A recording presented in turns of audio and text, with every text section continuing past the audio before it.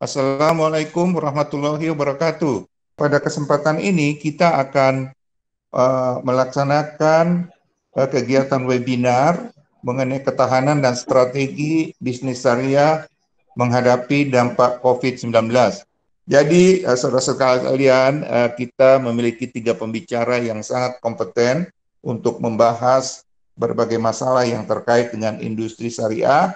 Baik, kita mulai acara webinar kita kali ini dengan judul Ketahanan dan Strategi Bisnis Syariah Menghadapi Dampak COVID-19, diawali oleh Pak Mirza Aditya Suara. Terima kasih Pak Mulya. Assalamualaikum warahmatullahi wabarakatuh.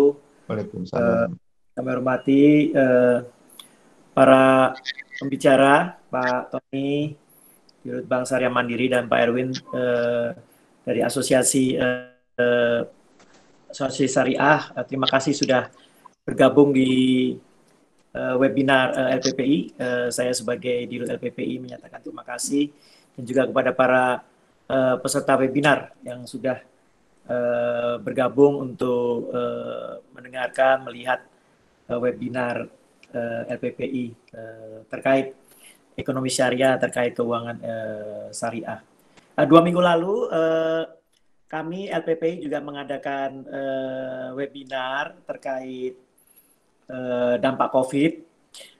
Yang baru dari presentasi saya adalah terkait kinerja kuartal 1 ekonomi Indonesia dan beberapa ekonomi negara lain, dan juga ada beberapa emiten kami akan tunjukkan yang ternyata dampak penurunan kinerja ekonomi, kinerja perusahaan itu lebih buruk daripada perkiraan awal, ya.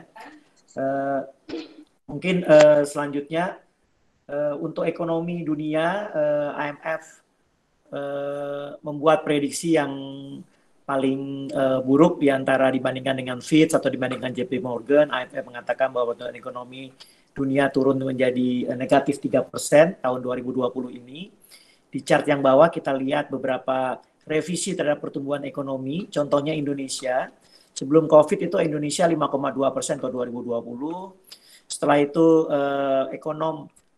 di sini adalah memakai angka Goldman Sachs. Goldman Sachs mengkat menjadi 3%. Tapi kemudian setelah angka kuartal 1 terbit, mereka sekarang menggunakan minus 1,9% untuk ekonomi Indonesia.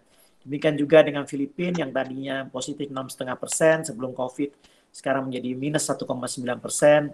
Singapura menjadi minus 4,9%. Malaysia menjadi minus 5,5%, dan Thailand minus 6,6%. Memang kalau lihat dari minusnya, sama-sama minus, Indonesia dan Filipina minusnya lebih kecil dibandingkan minus growth dari Thailand ataupun Malaysia.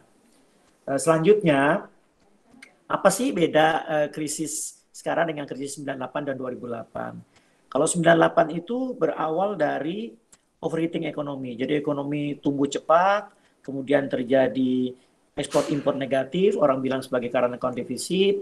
Terus tiba-tiba pasar keuangan yang mendanai ekonomi negara Asia Tenggara kemudian tiba-tiba tidak percaya. Ya, kemudian di saat itu belum ada penjaminan terhadap deposit, belum ada LPS, dan peraturan perbankan juga masih longgar dan sebagainya, peraturan governance, sehingga pada saat itu kemudian terjadi krisis besar di Asia Tenggara, termasuk di Indonesia yang pada saat itu sempat negatif 13%, minus 13% tahun 98. Apa beda dengan krisis 2008? Krisis 2008 sebenarnya tidak terlalu terasa di negara di luar Amerika dan Eropa. Indonesia sempat merasakannya, tapi cukup sebentar, hanya di 2008 dan 2009, kemudian 2009 semester 2 sebenarnya sudah pick up. Krisis 2008 berawal dari krisis sektor keuangan, subprime mortgage di Amerika. Kemudian menjalar ke Eropa, kemudian dilakukan stimulus moneter dan stimulus fiskal di Amerika dan Eropa. Sedangkan saat ini krisis dialami oleh hampir seluruh negara di dunia, baik negara maju maupun negara berkembang. Dan ini berawal dari sektor kesehatan, dari COVID, kemudian menjadi semua menjadi work from home, menjadi PSBB, sehingga sektorialnya mandek.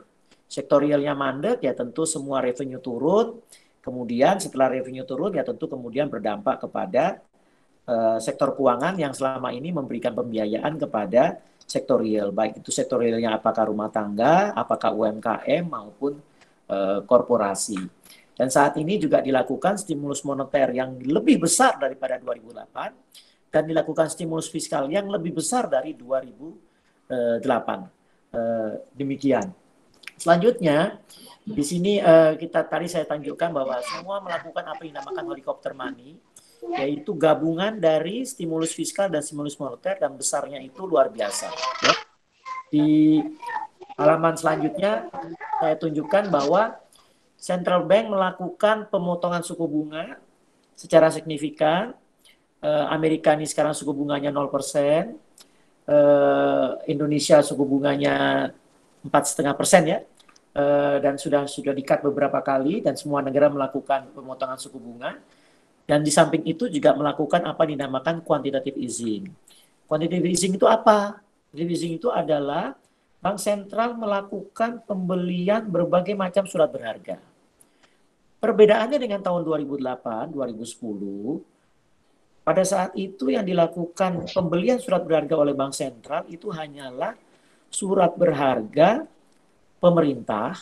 Jadi Bank Sentral melakukan pembelian surat berharga pemerintah, kemudian menyalurkan likuiditas ke sistem keuangan, dan juga melakukan pembelian surat berharganya perbankan. Itu yang dilakukan di Eropa.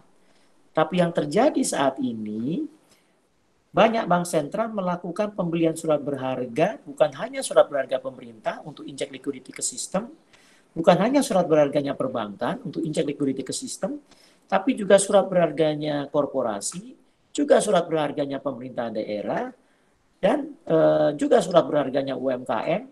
Jadi dilakukan memang sangat masif. Di sini kita tunjukkan contoh quantitative easing yang dilakukan oleh berbagai bank sentral. Ya, tadi New Zealand 9,6% PDB yang chart sebelumnya ya. US 8% dari PDB, Kanada 8,5% dari PDB. Ini adalah istilahnya quantitative easing atau pembelian berbagai macam surat berharga untuk injeksi likuiditas ke sistem. Dalam rangka apa? Dalam rangka supaya likuiditas mengalir besar, dan dalam rangka supaya suku bunga tetap bertahan di level yang rendah. Selanjutnya, orang banyak berdebat soal printing money ya. Sebenarnya apakah printing money sudah terjadi di dunia? Jawabannya sudah. Ya. Bagaimana cara melihatnya? Cara melihatnya adalah melihat balance sheet dari bank sentral. Di sini saya tunjukkan contoh, ada bank sentral Amerika, ada bank sentral Eropa, ada bank sentral Inggris atau BOE, ada bank sentral Jepang, Bank of Japan. Kita lihat bahwa bank sentral Fed misalnya yang warna biru, itu mereka tadinya balance sheet-nya sekitar 20% dari PDB. Kemudian mulai tahun 2020 kita lihat graf yang warna biru melonjak. Itu artinya apa? Itulah quantitative easing, itulah printing money yang dilakukan oleh Bank Sentral Amerika menolong ekonomi. Kita lihat yang warna kuning. Warna kuning apa? Bank of England. Bank of England tadinya juga melakukan quantitative easing sekitar 24% dari PDB. Kemudian sejak tahun 2020 garis kuningnya naik. Itu apa? Itu printing money yang dilakukan oleh Bank Sentral England. Jadi perdebatan-perdebatan tentang printing money itu sebenarnya sudah terjadi gitu. Cuma mungkin bagi publik Indonesia ini sesuatu yang baru, apalagi kalau dikaitkan dengan masalah politik.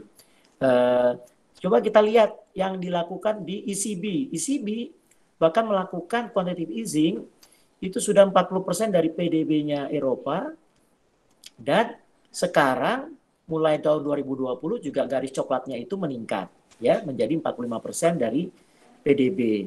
Bagaimana Jepang? Nah, Jepang ini sumbernya printing money. Kita lihat, bahkan Jepang ini, kalau kita mau lihat chartnya Jepang harus pakai right hand side scale, karena sudah di atas 100%. Jadi kita lihat Jepang itu berusaha memompa ekonominya, tapi ekonominya nggak pulih-pulih. Jadi apa? Ada orang bilang, kalau printing money pasti terjadi inflasi. Ternyata tidak. Kalau printing money dilakukan pada saat resesi, pada saat ekonomi jeblok, kemudian orang dilakukan printing money, dunia usahanya tidak mau membelanjakan printing money itu untuk capex karena tidak terjadi pertambahan permintaan di masyarakat, maka yang terjadi bukan inflasi, bahkan deflasi. Itu yang dialami oleh Jepang. Jadi teman-teman yang berteori-teori bahwa printing money pasti jadi inflasi, jawabannya tidak. Karena apa? Karena ekonomi bukan matematik. Ekonomi adalah ilmu behavior dari manusia.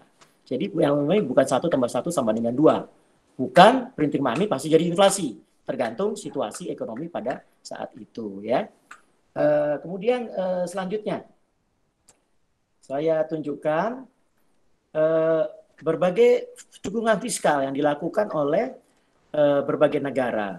Berapa persen Indonesia? Indonesia melakukan karena pajak turun dan pengeluaran harus ditingkatkan untuk sektor kesehatan terutama dan sektor bansos. Jadi sektor bansos dan sektor kesehatan itu meningkat pesat, sedangkan pajak dan penerimaan negara menurun drastis, maka kita harus menaikkan defisit dari 3% menjadi sekitar 5,1%. Nah, jadi dilihat di situ ada stimulus fiskal yang dilakukan oleh pemerintah Indonesia 2,8%, 3%. Bagaimana Amerika 13% dari PDB-nya. Bagaimana Jerman 32% dari PDB-nya. Ini kemudian berdampak apa? Ya, kalau terjadi pelebaran defisit, artinya terjadi penambahan utang. Itu pasti. Nah, tapi cuma kita lihat bahwa pemerintah Indonesia cukup berhati-hati melakukan pelebaran defisitnya karena memang untuk dalam rangka menjaga rasio utang Indonesia. Selanjutnya, nah ini kita lihat. Berapa besar sih utang pemerintah terhadap PDB masing-masing negara? Indonesia itu sekitar 30%. Jadi kalau pemerintah menaikkan defisit 3%, maka ya kira-kira utang pemerintah akan menjadi 33% dari PDB. Yang sekarang 3%. Berapa Filipina? 42%. Berapa Cina? 50% dari PDB. Berapa Amerika? 107% dari PDB. Jadi kalau Amerika melakukan stimulus moneternya 13%, artinya utang pemerintah Amerika akan jadi 107 tambah 13. Jadi berapa itu? Jadi 120% dari PDB Amerika utang pemerintahnya. Gitu ya. Jadi pemerintah Indonesia memang defisitnya meningkat dalam rangka menolong masyarakat. Kemudian pasti akan meningkatkan utang, tapi utang level pemerintah dari 30 akan menjadi 33% PDB, yang mana itu masih relatif rendah karena batas undang-undang itu adalah 60% PDB. Batas undang-undang di Undang-Undang Keuangan Negara adalah utang pemerintah Indonesia batasnya 60% PDB. Kenapa angka 60% PDB? Karena itu adalah benchmark yang dipakai oleh Eropa.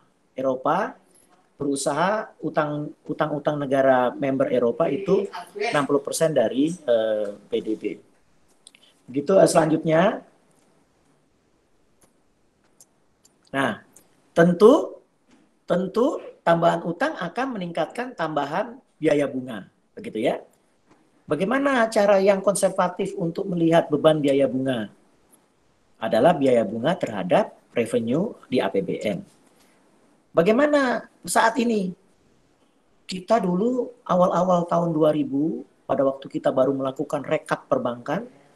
Kenapa terjadi rekap perbankan? Karena krisis 98. Karena pada saat itu bank-banknya jatuh, kemudian pemerintah harus menerbitkan obligasi rekap, merekap banyak bank di Indonesia, dan kemudian suku bunganya pasti menjadi beban anggaran. Pada saat itu sempat mencapai hampir 30% dari penerimaan APBN adalah untuk membayar bunga utang.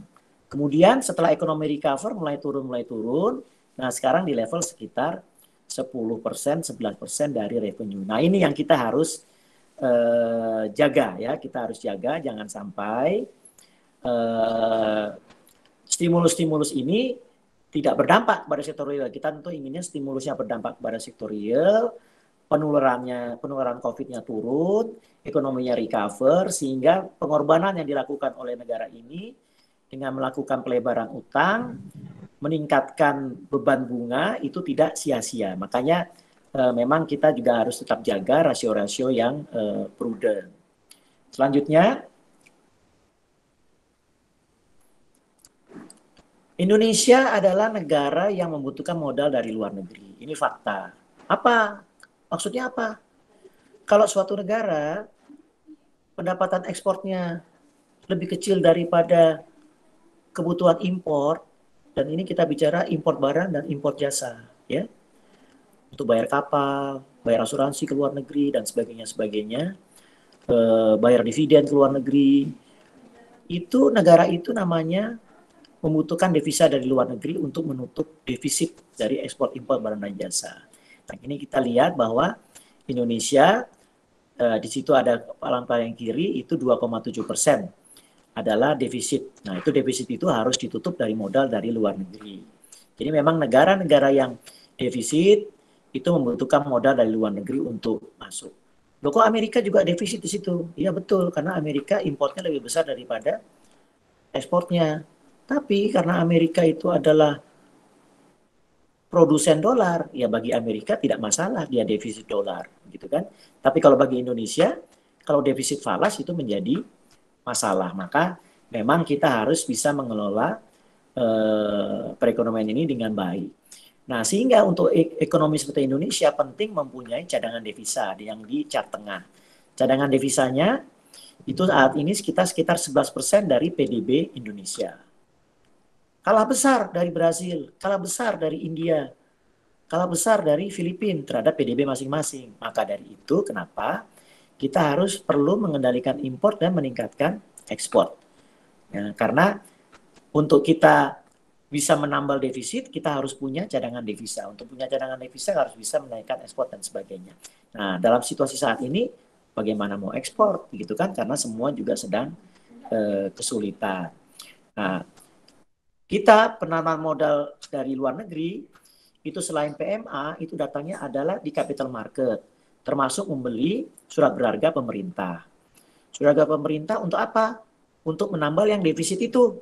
Jadi defisit pemerintah itu ditambal oleh penjualan surat berharga yang dibeli oleh dalam negeri dan juga dibeli oleh asing. Sebelum krisis COVID, asing itu memiliki sekitar 37%, 38% dari surat berharga rupiah pemerintah. Saat ini mungkin tinggal 30 atau 31%, ya. Di chart ini masih 33%, tapi saat ini mungkin sekitar 30-31%. Nah, maka dari itu itulah kemudian menjadi ada topik bahwa kalau dalam negerinya sulit mendanai, luar negeri juga sulit mendanai, maka dari itu kemudian di Perpu yang baru terbit sekarang sudah menjadi undang-undang, 2 hari lalu sudah menjadi undang-undang, Bank Indonesia diberi kewenangan untuk membeli surat berharga pemerintah langsung di pasar primer. Itulah story kenapa perlu ada mandat kepada Bank Indonesia, diberikan mandat di undang-undang di Perpu yang sekarang menjadi undang-undang bahwa Bank Indonesia mendanai sebagian dari pelebaran defisit tersebut. Selanjutnya, nah ini saya tunjukkan. Kepemilikan surat berharga negara, ya. Kita tunjukkan bahwa foreign total tadinya 925 triliun saat ini, dan net buy sell-nya kita lihat bahwa di situ foreign itu minus 137 triliun. Maksudnya apa? Itulah capital outflow yang terjadi kemarin di sekitar bulan Maret dan April. Itulah yang membuat rupiah terpuruk kemarin sampai 16.000 lebih gitu. Tapi sekarang sudah mulai mereda. Kemudian siapa yang harus lakukan stabilisasi? Yang lakukan stabilisasi kita lihat di situ, siapa yang nambah kepemilikan SBN-nya? Bank Indonesia. Bank Indonesia di situ kelihatan bahwa year to date-nya itu naik 167 triliun. Jadi Bank Indonesia melakukan stabilisasi di pasar surat berharga karena asing keluar. kemarin pada saat puncak-puncaknya capital outflow di bulan Maret dan April. Selanjutnya, nah ini saya sekedar menunjukkan bahwa ini independen ya dari majalah ekonomis, Economic Intelligence Unit. Ini ada yang chart warna biru, ada yang warna merah gitu ya. Kita lihat negara yang warna merah semua. Itu yang nomor 66 itu. Venezuela. Public debt to GDP-nya warna merah. Foreign debt to GDP-nya warna merah. Cost of borrowing warna merah. Reserve, forex reserve cover warna merah. Indonesia kayak gimana? Indonesia yang nomor berapa? Nomor 16. Nomor 16 menurut majalah ekonomis Indonesia public debt to GDP-nya warna abu-abu. Oke kan? Karena kan di bawah 60% PDB. Foreign debt-nya gimana? Warna abu-abu. Cost of borrowing-nya udah mulai warna agak-agak tua. Reserve cover-nya gimana? Reserve cover-nya udah mulai agak-agak oranye ya, nomor 16 tuh. Nah, jadi tadi saya bilang bahwa memang kita perlu memperkuat cadangan devisa Indonesia. Ya, selanjutnya. Nah ini,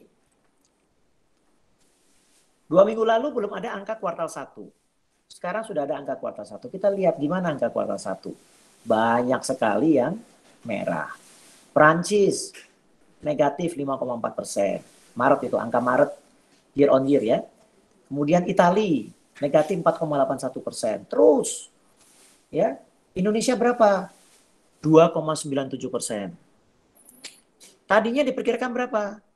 Tadinya banyak ekonom memperkirakan turun di kuartal 1 itu menjadi sekitar 4%. Ternyata menjadi 2,97%. Jadi lebih banyak daripada perkiraan. Vietnam berapa? 3,8. Kazakhstan 2,7. Taiwan 1,5. South Korea 1,3. Malaysia 0,7. Singapura negatif 2,2. Jadi ini semua bukan negatif. Sebelah kanan ditunjukkan adalah pengangguran di Amerika. Di Amerika itu orang terima tiap minggu, terima yang menganggur terima tunjangan. Kita lihat bahwa sejak bulan Maret yang tadinya terima tunjangan hanya sekitar 200.000 orang, tahu-taunya melonjak menjadi 6 juta sampai 10 juta orang per minggu tambahannya. Ya, sehingga di bulan April itu pengangguran di Amerika bertambah 20 juta orang. Sehingga sekarang pengangguran di Amerika itu 14%. Begitu. Jadi ini memang dampak dari COVID dan dampak PSBB, ya lockdown itu besar sekali. Selanjutnya, kita tunjukkan bahwa harga komoditi juga turun, karena permintaan turun, tentu harga komoditi turun. Kemudian selanjutnya, nah ini PDB Indonesia 2,97%, turun dari yang tadinya 5,02, 497, kemudian jadi 297. Manufaktur itu sekitar 20% dari ekonomi Indonesia. Dia hanya tumbuh 2%. Tadinya 3,6, jadi 2%. Masa normal, berapa manufaktur kita tumbuh? Masa normal manufaktur kita itu tumbuhnya di atas 4,5%. Bahkan dulu masa booming, manufaktur kita itu tumbuh 6%. Masa booming ini saya bicara tahun-tahun 80-an ya. Sekarang di masa COVID hanya tumbuh 2%. Perdagangan yang merupakan 14% dari ekonomi Indonesia hanya tumbuh 1,6%. Begitu. Kemudian kita lihat sektor manufaktur. Apa yang turun? Kita lihat yang negatif. Yang negatif adalah industri barang logam, barang elektronik minus 3,5. Apalagi industri barang galian minus 5,3. Apalagi industri mesin minus 9,3%. Apalagi industri furnitur minus 7,2%, gitu kan. Kalau mau beli furniture kan harus datang ke tokonya ya. Jadi orang nggak beli gitu. Terus konsumsi rumah tangga hanya 2,8%. Investasi atau PMTB ya, penanaman modal bruto hanya 1,7%. Tadinya berapa? Ya, tadinya tumbuhnya 5%. sekarang hanya 1,7%. Karena tidak ada yang melakukan ekspansi, begitu. Yang ada malah melakukan penurunan kegiatan usaha. Seterusnya, kita lihat konsumsi pakaian, alas kaki, transportasi turun drastis.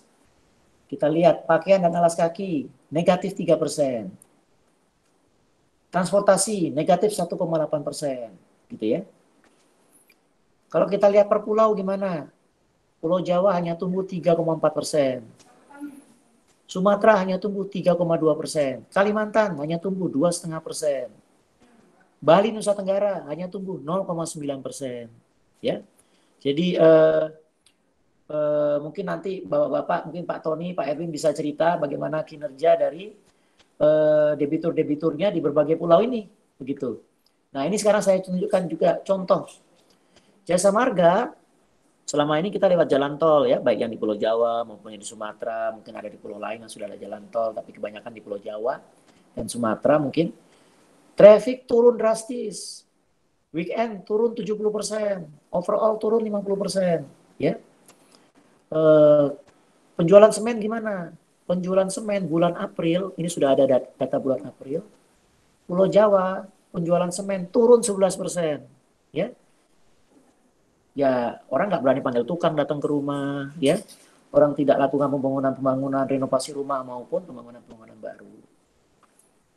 Tapi alhamdulillah situasi walaupun belum normal, situasi pasar keuangan sudah mulai membaik dibandingkan Maret. Belum kembali kepada situasi Januari. Tapi di sini sudah tekanan di pasar keuangan mulai membaik. Contohnya apa? Ya rupiah sekarang sudah 14,8, 14,9. Pernah sampai 16,5 ya, 16,6. Sekarang sudah di 14,8, 14,9. Jadi alhamdulillah.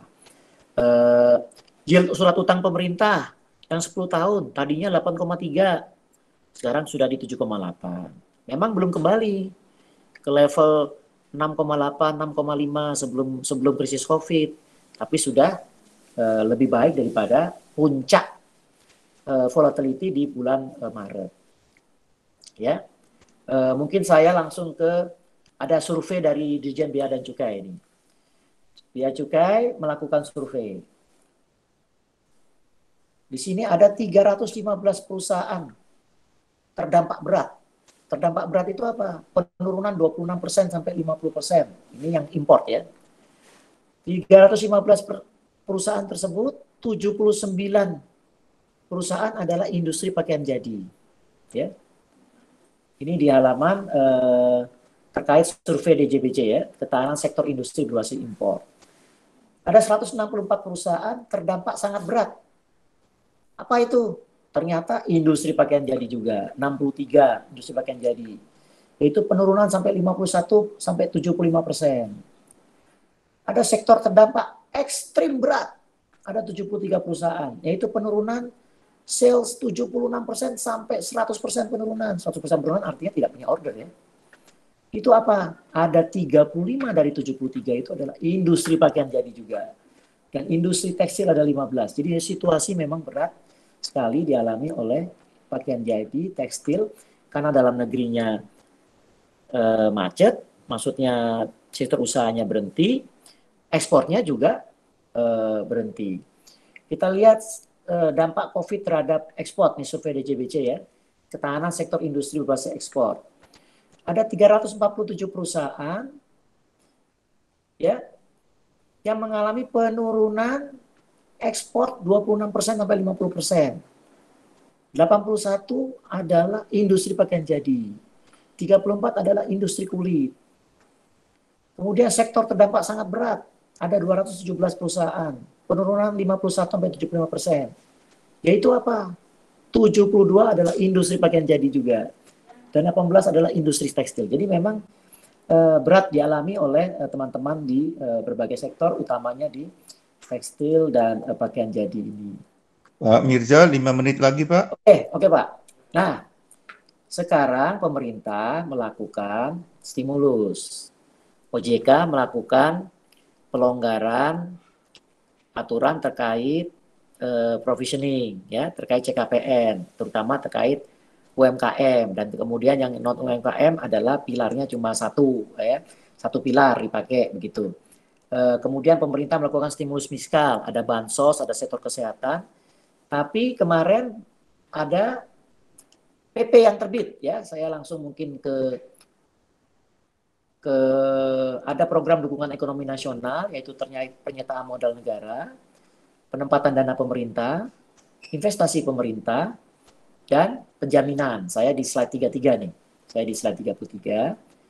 Nah, kemudian ini adalah tabel yang sudah beredar di mass media, ya, sehingga saya kutip. Ini adalah dari konsultasi pemerintah dengan Komisi 11, karena sudah beredar di mass media, ya saya kutip. Di sini ada subsidi bunga buat UMKM. Jadi pemerintah sudah menyediakan anggaran 34 triliun untuk UMKM. Tapi mungkin pertanyaannya, sudah ada belum implementing rule-nya? Sedang dibuat. Jadi PMK-nya sedang dibuat. Jadi kalau ditanya hari ini sudah ada belum, ya belum ada gitu. Tapi ini akan segera gerak cepat sedang dibuat. Inisiatif perpajakan 63 triliun. Kemudian ada percepatan pembayaran kompensasi. Ya ini agak teknis karena selalu ada selisih hitungan antara harga pasar sama harga yang dijual ke retail market, PLN dan Pertamina. Jadi selalu pemerintah selalu ada selisih hitung-hitungan dengan Pertamina dan PLN. Nah ini selisih hitung-hitungannya ini pembayarannya dipercepat. Ada 94 triliun termasuk buat Bulog. Kemudian ada stimulus permintaan 25 triliun. Kemudian ada penjaminan untuk kredit modal kerja. 6 triliun ini apa? 6 triliun ini bukan penjaminannya. 6 triliun ini adalah fee yang dibayarkan oleh pemerintah kalau ada UMKM yang minta tambahan kredit. Ada UMKM minta tambahan kredit kepada bank, memenuhi syarat-syaratnya, kemudian pemerintah siap membayari premi penjaminan. Karena banyak bank yang reluctant untuk menyalurkan tambahan kredit kepada nasabah Restru. Sehingga kemudian pemerintah melalui Askrindo dan Jamkrindo melakukan penjaminan. Nah, pemerintah siap membayari preminya. Nah, preminya ini 6 triliunan. Itu kira-kira setara dengan berapa banyak tambahan kredit? Kira-kira 125 triliun. Itu ada di angkanya situ. Jadi dipersiapkan untuk tambahan kredit 125 triliun dan pemerintah menyiapkan dana untuk pembayaran premi penjaminan. Kemudian ada PMN juga, ya, karena beberapa perusahaan perlu ada perbaikan giring, seperti Utama Karya juga melakukan pembangunan jalan tol dan sebagainya. Jadi harus ada PMN buat Utama Karya. BPUI itu apa? BPUI 6,2 triliun itu adalah PMN yang disiapkan buat Jamkrindo dan Askrindo, ya, Jamkrindo dan Askrindo dan seterusnya, ya. Nah, saya mungkin tidak perlu intinya bahwa pemerintah sudah melakukan hal tersebut. Bank Indonesia melakukan apa? Bank Indonesia melakukan penurunan suku bunga beberapa kali. Bank Indonesia sudah menurunkan giro wajib minimum 2 kali. Bank Indonesia sudah melakukan stabilisasi di pasar surat berharga negara. Bank Indonesia juga sudah membuka term repo buat perbankan, dan juga Bank Indonesia sudah diberi mandat untuk membeli surat berharga negara di pasar primer, ya. Nah, ini yang sudah dilakukan oleh Bank Indonesia, dan Bank Indonesia juga sudah ada swap line dengan beberapa negara, termasuk dengan Tiongkok, termasuk dengan Jepang, termasuk dengan Korea, termasuk dengan Singapura, untuk berjaga-jaga terhadap di cadangan devisanya, begitu. Kemudian Bank Indonesia ini kalau nurunin bunga ngelihat apa sih? Misalnya di slide 38. Bank Indonesia itu, kita ini sebagai negara yang masih butuh modal dari luar negeri, kita masih harus tetap berjaga-jaga supaya memastikan suku bunga di dalam negeri ini tetap positif real terhadap inflasi, gitu. Jadi memang Bank Indonesia menurunkan bunga ada batasnya.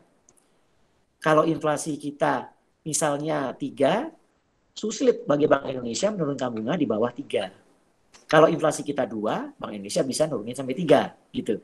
Tapi kalau inflasi kita 3, Bank Indonesia sulit menurunkan sampai di bawah 3 karena kita harus menjaga positif real policy rate. Begitu. Nah, saat ini inflasi kita mungkin antara 2,7 sampai 3,0%. Makanya kalau saya ditanya, apakah masih ada ruang pelonggaran policy rate bagi Bank Indonesia? Masih. Mas, berapa banyak? Ya, mungkin 50 basis dari 4,5 ke 4%. Tapi tidak bisa lebih rendah dari itu karena sulit. Karena kita harus mempunyai positif real policy rate. Mungkin saya stop di sini dulu, Pak Mulya. Baik, Pak. Mungkin nanti silakan kalau ada ditanya jawab. Baik, terima kasih Pak Mirza. Artinya apa yang disampaikan Pak Mirza terkait dengan pandemi ini sehubungan dengan dampak COVID-19 dan stimulus untuk mitigasinya menggambarkan bahwasanya kita terlalu khawatir akan pandemi ini seolah-olah the end of the world. Tapi ternyata dari yang disampaikan Pak Mirza, walaupun ada penurunan di berbagai produksi jasa dan barang yang mengalami penurunan, kemudian juga adanya volatility, tapi volatility-nya juga sudah mulai menurun. Kemudian ada 315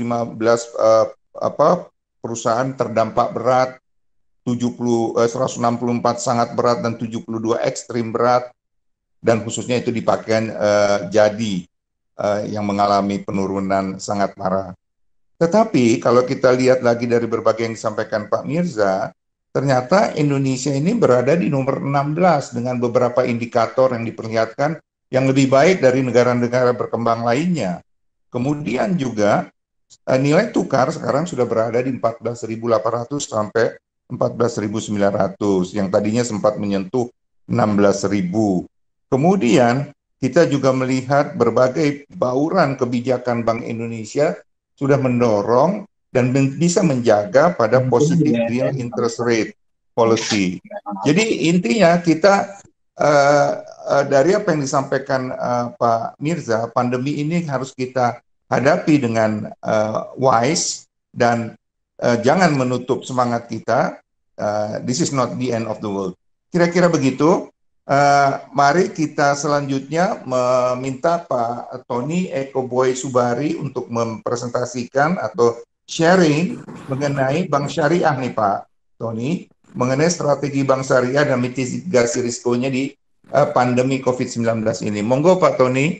Baik, terima kasih yang saya hormati Pak Mirza, Dirut LPPI, Pak Mulya, Pak Erwin, narasumber dan Bapak Ibu semua yang hadir di kesempatan sore hari ini. Assalamualaikum warahmatullahi wabarakatuh. Pada kesempatan ini kami sedikit mencoba untuk memberikan gambaran. Ini ada 3 kelompok Pak Mulya yang kami sampaikan. Pertama adalah perkembangan perbankan syariah sendiri yang data yang kita peroleh baru sampai dengan posisi Februari, tapi saya yakin sampai dengan Maret masih bagus. Karena impact COVID baru kita rasakan, sebenarnya realnya baru kita rasakan di posisi bulan April di Q2. Kemudian yang kedua adalah sedikit memberikan gambaran bisnis syariah, pola bisnis syariah yang mungkin agak sedikit berbeda dengan bank konven, dan ini salah satu sebenarnya mitigasi real yang terjadi secara tidak sadar memitigasi kondisi ekonomi pada saat ini. Dan yang ketiga adalah kami memberikan gambaran terkait dengan strategi yang kita coba untuk menghadapi situasi COVID pada hari ini. Next, di gambaran pertama mungkin Bapak Ibu banyak yang sudah melihat, tetapi juga mungkin kalau belum kita berikan gambaran sedikit. Ini menjawab beberapa pertanyaan yang selama ini selalu mengatakan kenapa bank syariah itu market share-nya rendah dibanding dengan bank konven gitu. Namun fakta yang menarik Bapak Ibu bisa kami sampaikan di kesempatan pagi sore hari ini sebagai gambaran di sisi aset, kaset, pembiayaan dalam bahasa konven adalah kredit, dan di sisi dana pihak ketiga, perbankan syariah itu tumbuhnya year on year selalu lebih bagus dibanding perbankan secara nasional. Sebagai gambaran perbankan syariah ini aset kita pertumbuhannya, ini data asosiasi sampai dengan Februari, pertumbuhannya 10,33%, perbankan nasional 7,2%. ini di aset. Namun catatan yang paling menarik adalah memang size daripada perbankan syariah itu baru di asetnya 535 triliun dibanding perbankan konven yang sudah 8.162 dan total perbankan nasional 8.698. Nah, ini yang pertama terkait dengan size perbankan syariah. Yang kedua, pembiayaan atau kredit juga pertumbuhannya selalu di atas perbankan konvensional hampir 2 kali lipat. Di perbankan konvensional sampai dengan Februari pertumbuhan pembiayaannya di angka 5,7%, perbankan syariah alhamdulillah tumbuhnya bisa di 10,77%. Kalau secara nasional 6%. Nah, kemudian yang di dana pihak ketiga demikian juga setiap tahun pertumbuhannya di kisaran 11 sampai 12%. Sampai dengan Februari dana pihak ketiga perbankan syariah masih tumbuh di 12,33% yang di atas daripada perbankan nasional 7,84%. Next. Nah, gambaran selanjutnya Bapak Ibu, ini yang menarik kalau tadi kita sampaikan perbankan syariah itu pertumbuhannya cukup bagus, namun dari sisi isu tantangan kita di perbankan syariah, saya lihat di kesempatan hari ini banyak juga hadir kawan-kawan di perbankan syariah, alhamdulillah mungkin nanti bisa dilengkapi informasinya. Ini di struktur pendanaan perbankan syariah itu strukturnya masih heavy di deposito. Jadi di posisi Februari 2020 itu dana perbankan syariah masih didominasi deposito di 54,34%. Nah, ini yang sementara di kasanya, di current account saving account-nya, di tabungan dan giro di posisi 45% lebih. Nah, ini agak berbalik dengan perbankan konven, di mana perbankan konven itu justru dananya hampir 60% di angka kisaran 57% justru di kasa. Ini yang menjawab beberapa sering di forum-forum banyak pihak mempertanyakan kenapa di perbankan syariah itu dari sisi pricing-nya lebih mahal. Namun ini yang kita syukuri perbankan syariah dari tahun ke tahun. Di Februari tahun lalu komposisinya 57% di deposito, semakin turun 54 dan 0,36 dan sekarang 54,34%. Ini yang menarik semakin banyak pihak atau nasabah yang masuk kepada bank syariah sehingga menjadikan struktur pembiayaan, struktur cost of fund atau dana kita semakin baik. Selain beberapa dukungan pemerintah yang semakin baik kepada kita, salah satunya mungkin Bapak Ibu ingat di akhir tahun 2016 itu saya lupa PMK nomor 11 atau nomor berapa, itu juga mengizinkan bank syariah sebagai bank penerima payroll yang sebelum-sebelumnya hanya bank konven Himbara dan sekarang sudah di dalam PMK-nya menyebutkan bank syariah boleh menjadi bank penerima payroll dari ASN, pegawai negeri BO2. Dan alhamdulillah dengan berkembangnya kondisi tren syariah semakin kuat, demand-nya semakin bagus, juga pemerintah semakin mendukung. Bahkan di beberapa tahun terakhir dana-dana yang sifatnya dari suku, SBSN dan segalanya mulai rekening-rekening khusus juga ditempatkan di bank syariah. Ini yang semakin membuat struktur pendanaan daripada bank syariah semakin baik. Ini tantangan yang pertama di struktur cost-nya, dan insya Allah apalagi di perkembangan era sekarang nanti akan saya jelaskan dengan adanya digital ini semakin membuka room perbankan syariah semakin bisa berkompetisi lebih baik lagi dengan perbankan konven. Walaupun Bapak Ibu semua kita sadari perbankan syariah umurnya masih sangat muda, perbankan syariah yang paling tua sudah. Alhamdulillah Bank Mandiri Syariah, kebetulan saya mendapat amanah di Mandiri Syariah berumur 21 tahun sekarang. Jadi memang sangat mudah dibandingkan dengan perbankan konven yang umurnya kita tahu perbankan yang paling tua itu hampir berumur 100 tahun lebih. Dan memang ini menjadi tantangan yang menarik di kita. Di sisi lain penduduk Indonesia hampir 87% Muslim. Ini market yang sangat menarik. Ini tantangan pertama. Kemudian yang selanjutnya next, sehingga di Bapak Ibu dengan kondisi seperti ini, mungkin kalau melihat market share-nya kok tidak terjebak dulu trap 5%, sekarang kok trap 6%. Mungkin kembali kepada di halaman 2, ini kembali ke halaman 2, Bapak Ibu, ini sesuatu yang menarik, halaman 2 sebelumnya, ini memang pertumbuhan kita di perbankan syariah itu di pembiayaan, di DPK memang tinggi.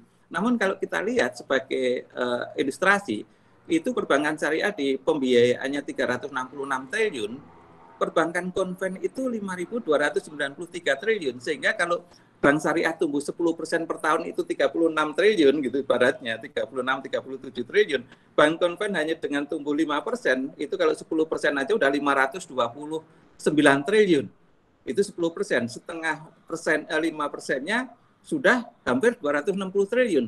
Hampir mendekati daripada aset perbankan syariah. Ini jadi kembali lagi isunya pertumbuhan perbankan syariah sangat bagus, kemudian struktur cost-nya semakin bagus, kembali ke market share, struktur cost-nya semakin bagus, dan juga yang jadi isu adalah kita memang skala ekonomi dan skala jaringan kita.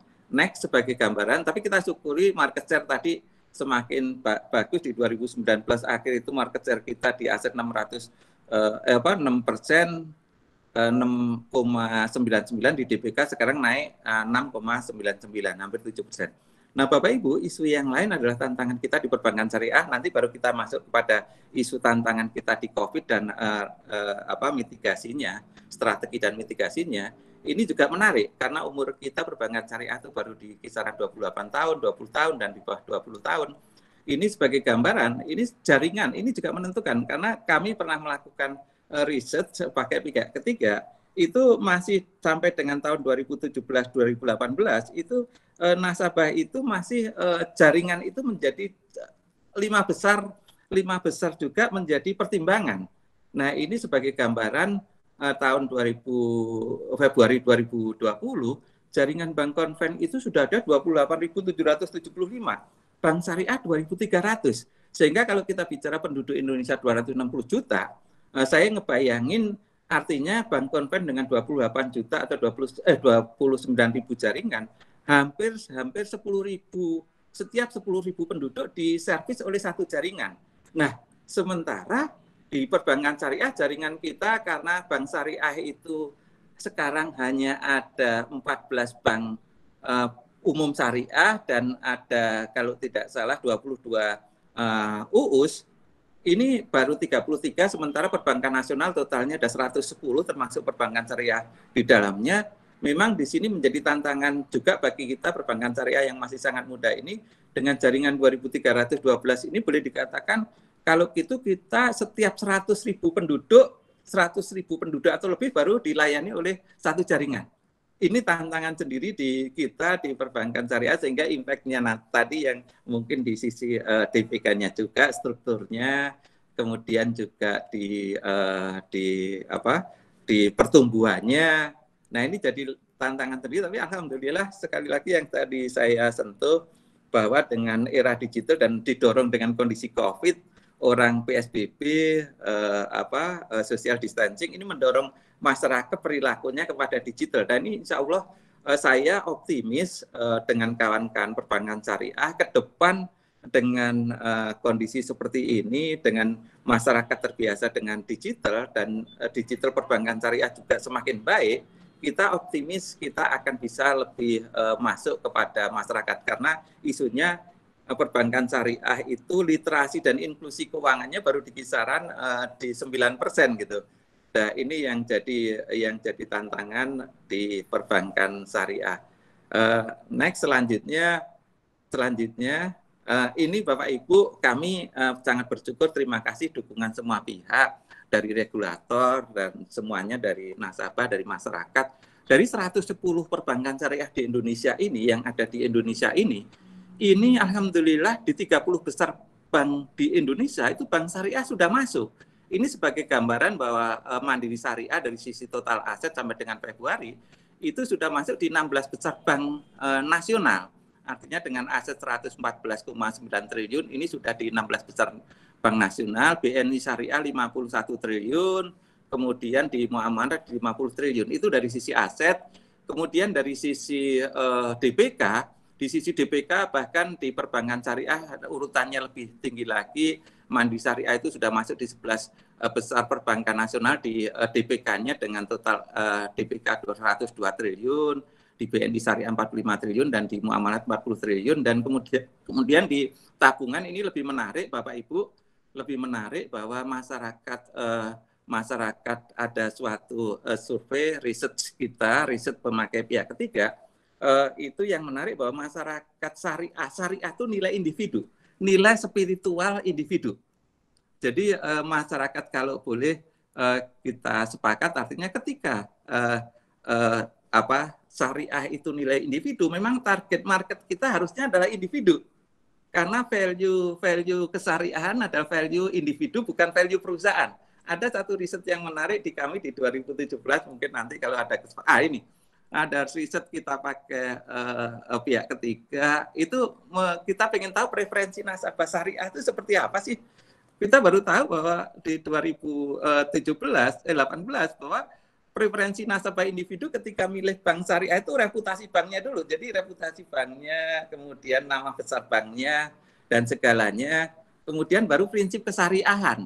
Nah, sementara kalau perusahaan-perusahaan, nasabah perusahaan, itu mau produknya syariah, dia bergerak di bidang halal produk atau apapun, itu nomor satu ketika dia benar sebagai perusahaan, karena amanah perusahaan adalah sustainability daripada perusahaan, harus profit dan segalanya, sehingga pilihan dia walaupun perusahaan produk yang syariah, produk halal dan segalanya, tetap akan memilih bank di mana rate atau marginnya, atau kalau istilahnya cari pembiayaan bunganya yang murah, kalau nyimpen bunganya yang tinggi gitu. Nah, ini kemudian kecepatan proses, kemudian baru kami juga sadar, loh, ternyata prinsip syariah bagi perusahaan itu nomor 6 atau nomor 7. Inilah yang merubah Mandiri Syariah di 3 tahun terakhir. Kami merubah strategi betul terkait dengan di Mandiri Syariah BSM, kami merubah strategi terkait dengan target market kesyariahan.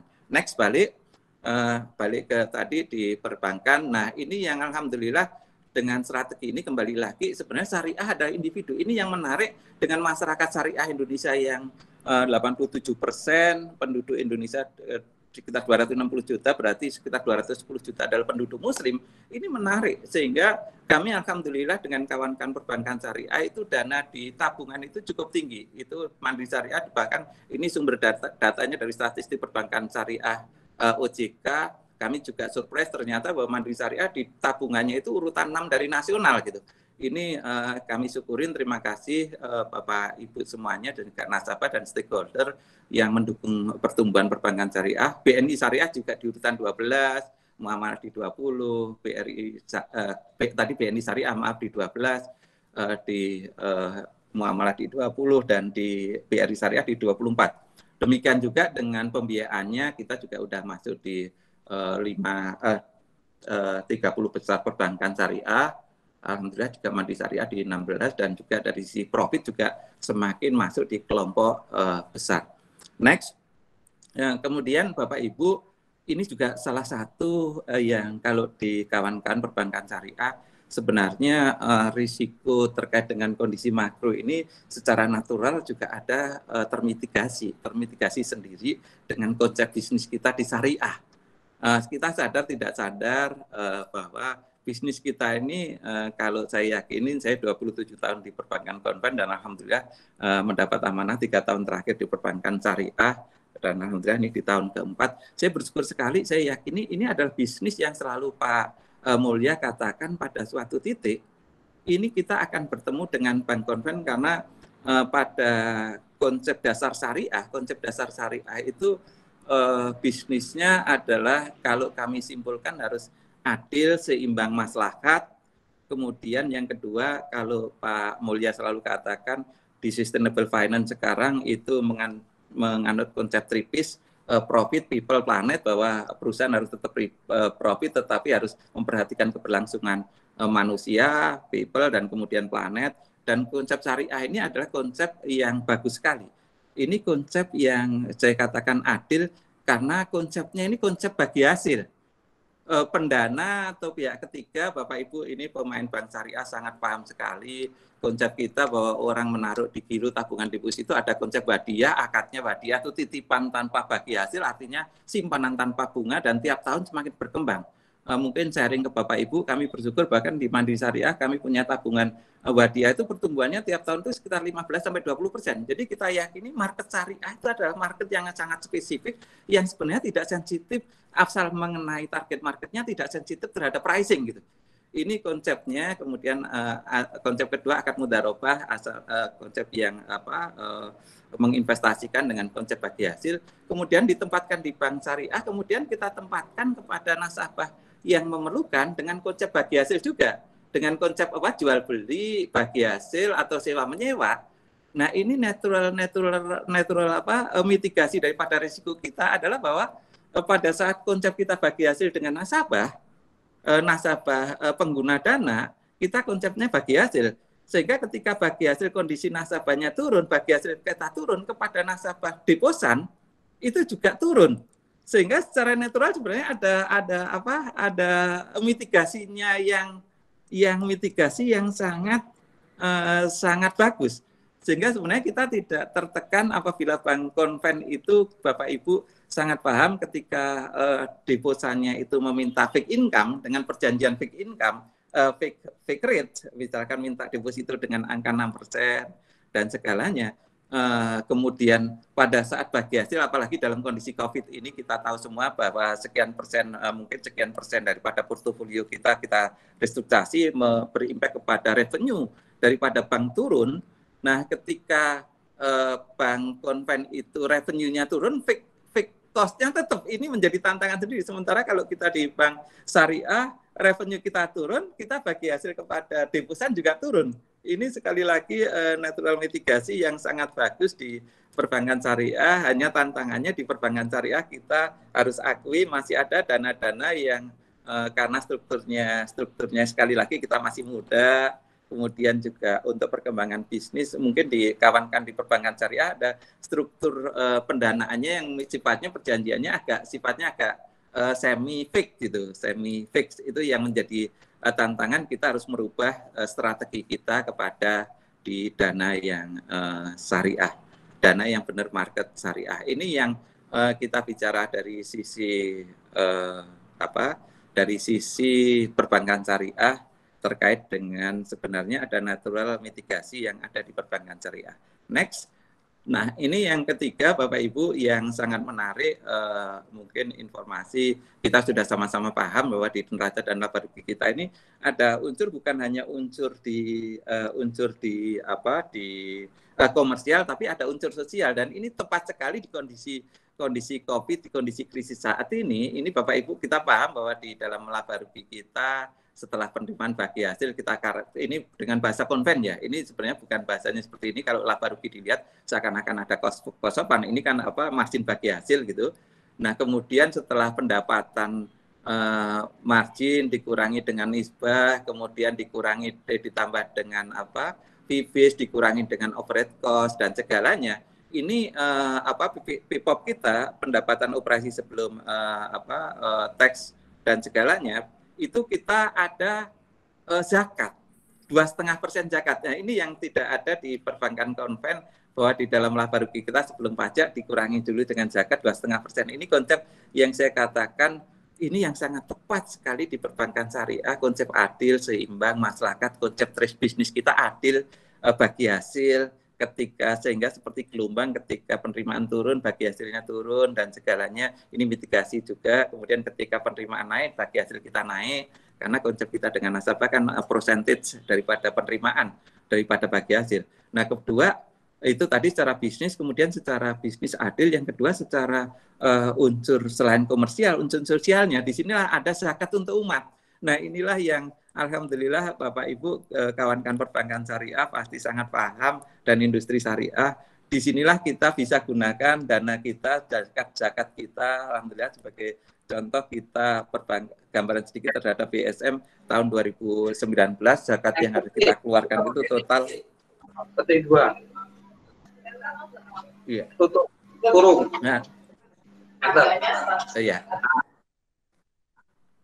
Oke, yang kita keluarkan dari sebelum pajak, kita hitung zakatnya ada 44 miliar.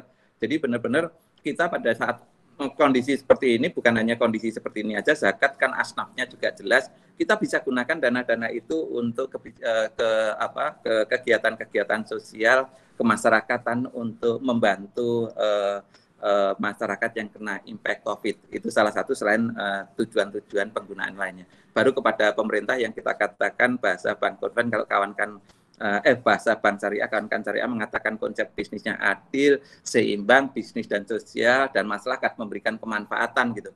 Nah ini juga ada, kita juga sama dengan bank-bank, kita ada pajaknya dan segalanya untuk negara dan pembangunan dan semuanya. Ini konsep yang sangat menarik buat kami, saya pribadi di Perbankan Syariah. Ini konsep yang sangat bagus, insya Allah saya yakin sekian puluh tahun ke depan, tidak terlalu lama, Bank Syariah benar-benar akan menjadi masyarakat kalau paham konsep Bank Syariah akan bisa, Bank Syariah akan tumbuh sangat bagus sekali konsepnya. Konsepnya karena konsep yang sangat bagus. Next. Itu 3 hal yang saya sampaikan tadi, gambaran perkembangan syariah, tantangan perbankan syariah, dan kemudian yang kedua, di konsep yang kedua yang saya katakan bisnis syariah adalah secara natural memitigasi risiko-risiko bisnis karena kondisi makro. Kemudian yang ketiga juga ada poin ketiga saya sampaikan tadi, konsep adil, seimbang, dan masyarakat di perbankan syariah itu benar-benar terimplementasikan dalam aktivitas kegiatan bisnis kita selain komersial juga sosial. Nah, selanjutnya bagaimana dengan perbankan syariah menghadapi kondisi COVID ini, mitigasi kita. Next, mungkin sedikit sharing, alhamdulillah pemerintah mengeluarkan regulasi dengan PP nomor 23 yang disahkan di UU, undang-undang, kemudian PUJK 11 dan segalanya, juga ada penerapan ESAK, IAI itu juga memberi relaksasi kepada kita juga perbankan syariah. Next. Nah, ini mungkin sedikit sharing Bapak Ibu, apa yang kami lakukan di perbankan syariah, karena mohon maaf, saya tidak bisa mengatakan bahwa mewakili seluruh bank syariah di dalam memitigasi risiko ini atau strategi kita menghadapi kondisi COVID. Ini hanya cerita sedikit terkait dengan kebetulan yang kami lakukan di kami. Yang pertama, framework strategi kita di masa seperti sekarang untuk survive dan win di era pandemik ini, kita sama-sama tahu di dalam kita sama-sama mengelola perusahaan di konsep sustainable finance itu ada 3, profit, people, planet, dan juga Bapak Ibu kita paham bahwa kita punya 4 stakeholder. Stakeholder pertama pasti pemegang saham yang berekspek bahwa bisnis berjalan baik dengan return yang baik gitu. Walaupun mereka memahami di dalam kondisi COVID return-nya tidak, ekspektasinya tidak setinggi dalam kondisi normal gitu kan. Return ditunjukkan daripada profit kemudian ke ROE atau ROA, return on equity ataupun return on asset. Itu satu stakeholder kita. Kemudian stakeholder kedua kita nasabah, stakeholder ketiga kita adalah employee kita yang jumlahnya puluhan ribuan, dan stakeholder keempat tentunya negara, bangsa, umat, regulator, dan segalanya. Nah, kami mencoba melihat ini mengevaluasi kembali strategi apa yang harus kita lakukan di era pandemi ini. Tentunya kita memanage, kita sama-sama industri, sama-sama perusahaan yang bergerak di bidang bisnis dengan cara yang syariah. Pasti orientasi pertama kita adalah di dalam neraca dana barugi. Ini yang kita coba manage adalah kita memanage sisi pendapatannya dulu. Kita pahami di dalam kondisi COVID ini minimal saya ngebayangkan di setiap perusahaan itu pasti ada 20% portofolio di UMKM, karena by regulasi adalah seperti itu. 20% daripada neracanya, portofolionya di UMKM, dan itu yang terkena impact yang utama. Tinggal kemudian di dalam struktur UMKM-nya yang kena berapa persen yang kemudian bisa terrestrukturisasi dan terselamatkan berapa, selain struktur portofolio yang lain. Namun kita tahu dengan restrukturisasi ini impact-nya kepada pendapatan kita.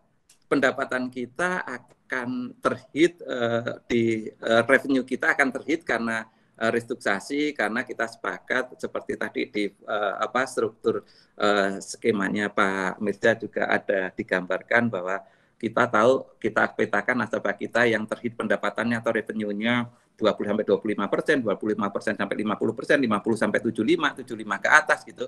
Kita akan treatment dengan 4 kuadran dengan berbeda-beda dengan strategi restructuring. Akhirnya kita yakini bahwa kita akan terhit di revenue. Sehingga manajemen pendapatan kita, revenue kita turun, kita yang jelas kita harus menggantikan revenue itu pertama. Kita nggak mungkin juga di kondisi COVID ini tetap ada opportunity dan ada market, sehingga di strategi kami itu akan kita tetap tumbuh tapi pembiayaan yang sangat-sangat selektif. Sangat-sangat selektif. Jadi sangat-sangat selektif itu kita yakini, mungkin saya sedikit cerita kepada Bapak Ibu,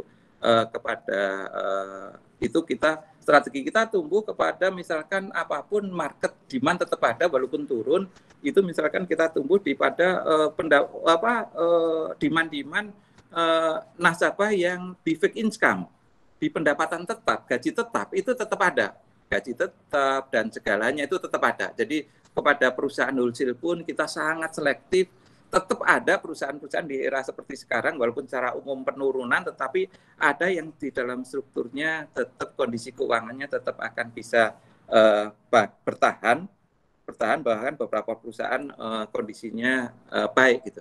Nah, itu yang pertama kita tumbuh karena untuk menggantikan revenue kita yang dalam. Kemudian juga kita yang kedua, kita memperkuat di bisnis digital kita, karena kita akan lari di sini adalah bisnis digital kita dengan mobile banking kita jual semakin masif dengan segalanya. Ini adalah menggantikan pendapatan di fee transaction. Karena Bapak Ibu sama-sama paham di era seperti ini, data kami sudah bicara, saya sudah melihat data, saya lihat di era pandemi ini dengan PSBB ini, gambaran aja di perusahaan kami itu di Jakarta, yang PSBB di Jakarta yang pertama berlaku itu transaksi di frontliner atau di banking hall itu saya lihat tarik data sudah hampir 1 bulan ini itu penurunan transaksi hampir di kisaran 50%, karena nasabah yang datang ke banking hall semakin berkurang karena PSBB, penurunan transaksi 50%. Di luar Jakarta sekitar 30-40%. Kalau PSBB diperluas mungkin akan semakin tinggi lagi. Namun harus kita ganti opportunity ini dengan kita bertransaksi di digital, dengan kita mencari fee-based income di situ. Kemudian ketiga juga mungkin strategi dikit kepada Bapak Ibu. Kebetulan kami bersyukur di beberapa tahun yang lalu kita juga mengembangkan bisnis kita di Gade, dan ternyata di kondisi yang era sekarang yang penuh tantangan itu demand terhadap Gade, kami Gade Emas, demand terhadap Gade tinggi. Demand terhadap Gade ini cukup tinggi untuk memenuhi kebutuhan, dan kita dengan pricing kami yang jauh sekali lebih kecil dibanding dengan yang memang berbisnis utama di situ gitu, sehingga ini menjadi sumber kita mencari pendapatan, manajemen pendapatan, kita harus mencari pendapatan baru. Tentunya yang terakhir, bukan terakhir, ini salah satu adalah kita dengan tadi saya katakan komposisi, saya lupa tadi, komposisi bank syariah itu di FDR-nya atau di LDR-nya itu rata-rata 80%, 80-83%. Artinya dana bank syariah lebih banyak daripada dana yang ditempatkan pembiayaan. Kalau di bank konven mungkin di LDR, loan to deposit ratio itu di kisaran 90-92, di perbankan syariah itu 80-83%, setinggi-tingginya 85%. Oh iya, ini datanya. Ini FDR perbankan syariah, mungkin Bapak Ibu bisa dilihat di gambar yang kedua, perbankan umum itu FDR-nya 92%, di perbankan syariah 85%. Dan mungkin karena kami juga sudah publish, alhamdulillah kayak di perbankan kami, di Bank Syariah Mandiri ini, FDR atau LDR kami 75%, memang masih likuiditas masih cukup longgar, sehingga kembali back kepada strategi, sehingga strategi yang kita lakukan, salah satunya adalah kita yield enhancement. Jadi kita tempatkan dana-dana ekses kita kepada instrumen-instrumen pemerintah yang sekarang SBSN dan segalanya, atau private placement. Ini yieldnya sangat bagus, terakhir kita placement dengan harga sekitar 7,5-7,6. Dan ini yang harus kita lihat. Lebih kurang 5 menit lagi, Pak. Terima kasih, Pak Komod. Kemudian yang kedua tentunya di pengendalian pengeluaran biaya CKPN, ini harus kita manage, kita harus ganti dengan adanya penghematan anggaran overhead cost.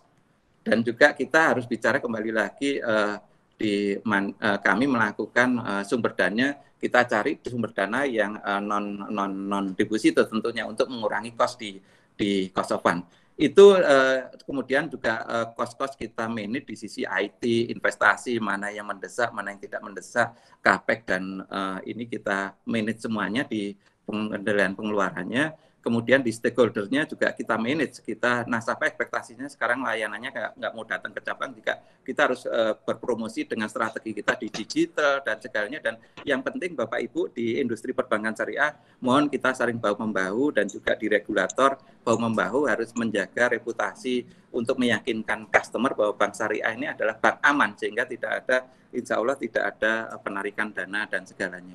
Di sisi perspektif pegawai, pemegang saham, regulator kita lakukan juga di infrastruktur pendukung. Polisinya karena kondisi COVID plus polisi harus kita sesuaikan semuanya untuk restructuring cepat, strateginya, infrastrukturnya, people-nya harus kita rubah semuanya untuk melakukan, karena harus masif restructuring, harus resources-nya kita pindah ke restructuring, pendidik dan segalanya. Tapi yang lebih penting adalah strategi framework kita berpikir adalah mempersiapkan strategi kita dan infrastruktur kita post pandemik, karena perilaku behavior nasabah di ke depan kami yakini juga akan berubah, sehingga kita juga akan berpikir akan sedang berpikir bagaimana mengevaluasi job desk di dalam organisasi, people, organisasi, resources alignment kita sedang melakukan untuk ngadepin, justru berpikir post pandemik ini bisnis akan berubah, behavior akan berubah, pasti organisasi, people yang diperlukan, kemudian strategi kita akan berubah cukup signifikan. Itu Bapak Ibu sebagai sharing terkait dengan apa yang kita lakukan Bank Syariah menghadapi di era pandemi COVID dan menghadapi era sekarang. Namun kita yakini insya Allah kita bersyukur adanya konsep natural mitigasi, karena konsep kita adalah bagi hasil. Konsep kita bagi hasil, hanya nanti kita harus berpikir bagaimana kita treatment manage nasabah-nasabah yang sensitif terhadap price. Itu kewenangan strategi Bapak Ibu sendiri di dalam organisasi, pasti saya yakin punya strategi yang bagus untuk menghadapi ini semuanya. Demikian yang bisa kami sampaikan Pak Mulya sebagai sharing awal. Insya Allah nanti dapat masukan dari Bapak Ibu semuanya justru untuk memperkuat kita semuanya dan industri syariah di dalam menghadapi era pandemik. Demikian saya kembalikan kepada Pak Mulya. Wassalamualaikum warahmatullahi wabarakatuh. Terima kasih. Waalaikumsalam warahmatullahi wabarakatuh. Terima kasih Pak Tony. Intinya yang disampaikan oleh Pak Tony adalah secara natural perbankan syariah itu mempunyai konsep adil, seimbang, dan maslahat, dan juga memiliki natural mitigation yang sangat baik karena berdasarkan prinsip bagi hasil, sehingga punya daya tahan dan penyesuaian terhadap income sangat baik. Nah, dalam rangka menghadapi pandemi, Bank Syariah ini mempunyai strategi melakukan manajemen pendapatan, kemudian manajemen pengendalian pengeluaran, dan manajemen stakeholders yang didukung dengan infrastruktur pendukung yang sangat kuat dan baik. Kira-kira itu yang disampaikan oleh Pak Tony. Kita lanjut sekarang dengan Pak Erwin. Kami persilakan Pak Erwin.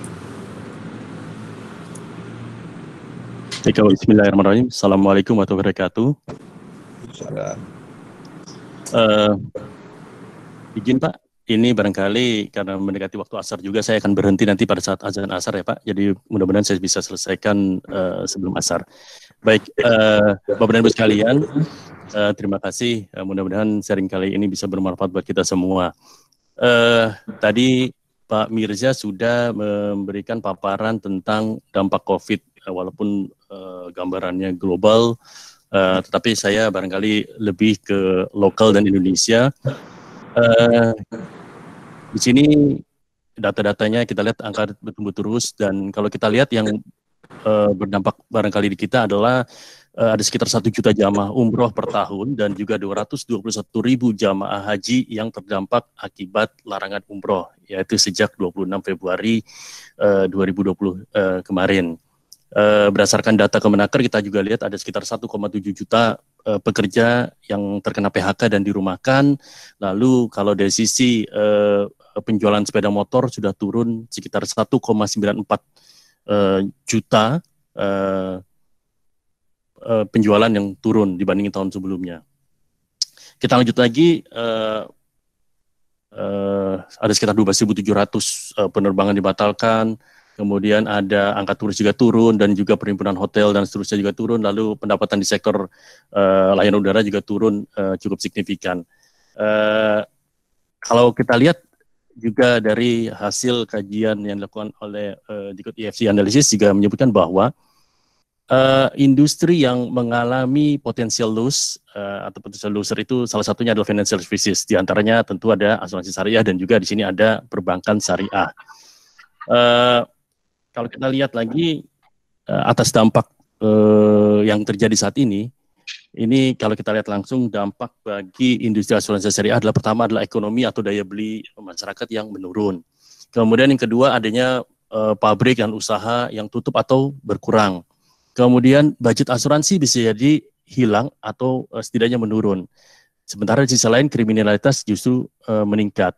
Ini semua memang dampak yang sedang kita alami sekarang. Nah, bagi industri asuransi syariah yang terlihat pertama kali adalah adanya peningkatan moral hazard yang meningkat.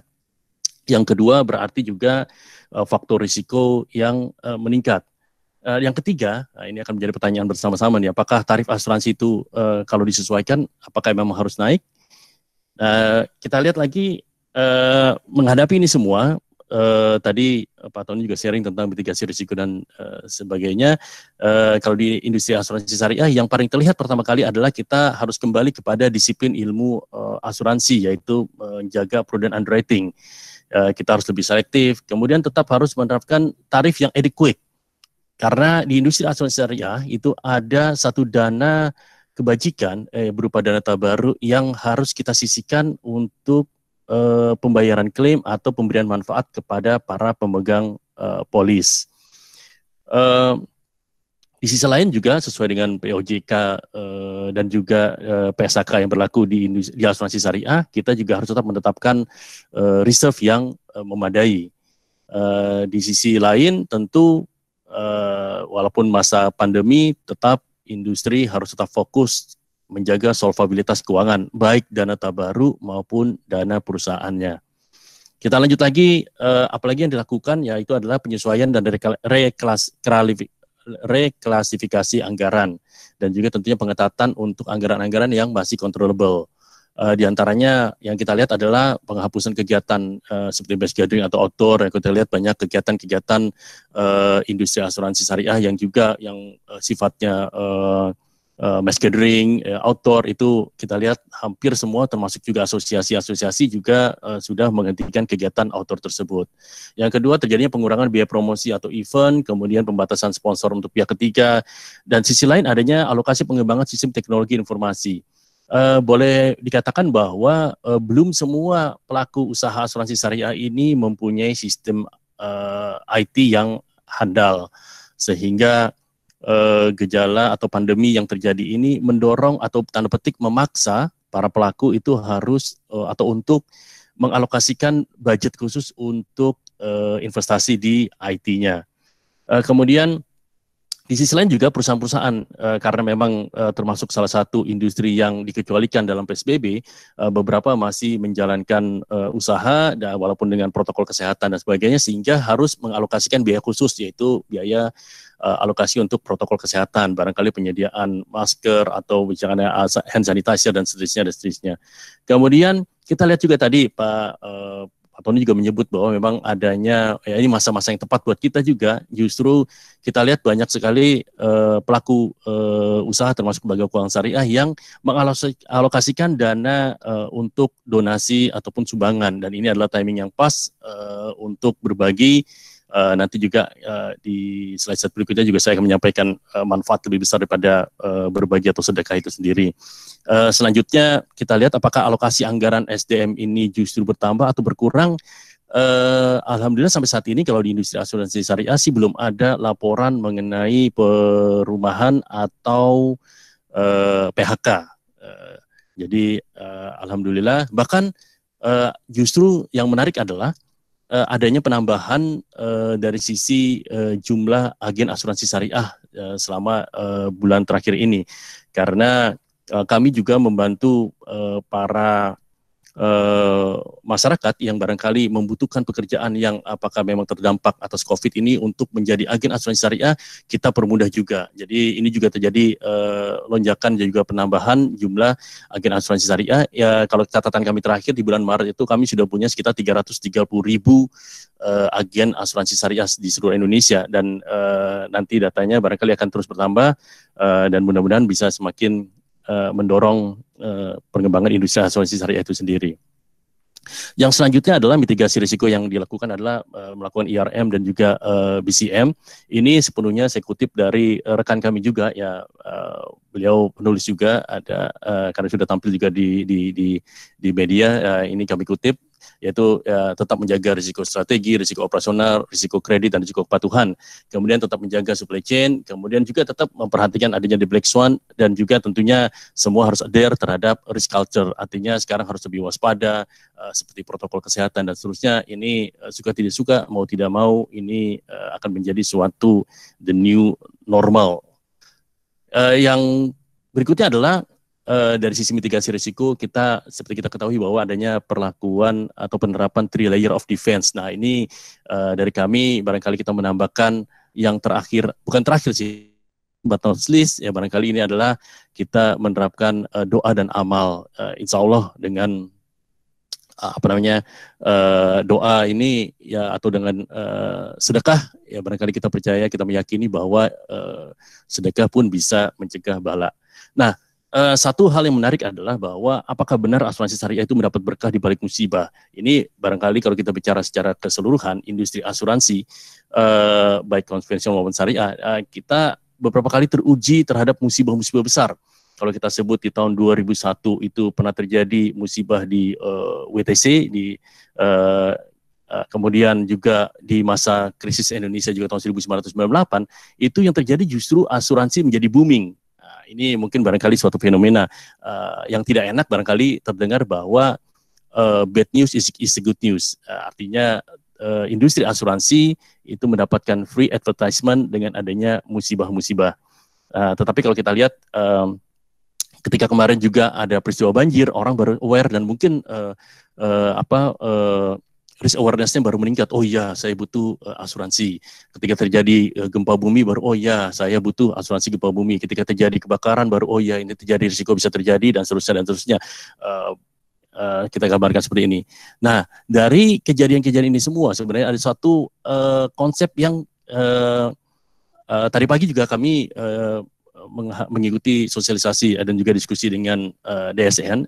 Memang ada satu harapan bahwa industri asuransi syariah ini bisa kembali kepada satu nilai luhur, yaitu tabaruknya, yaitu niat awalnya adalah saling bantu, saling menolong.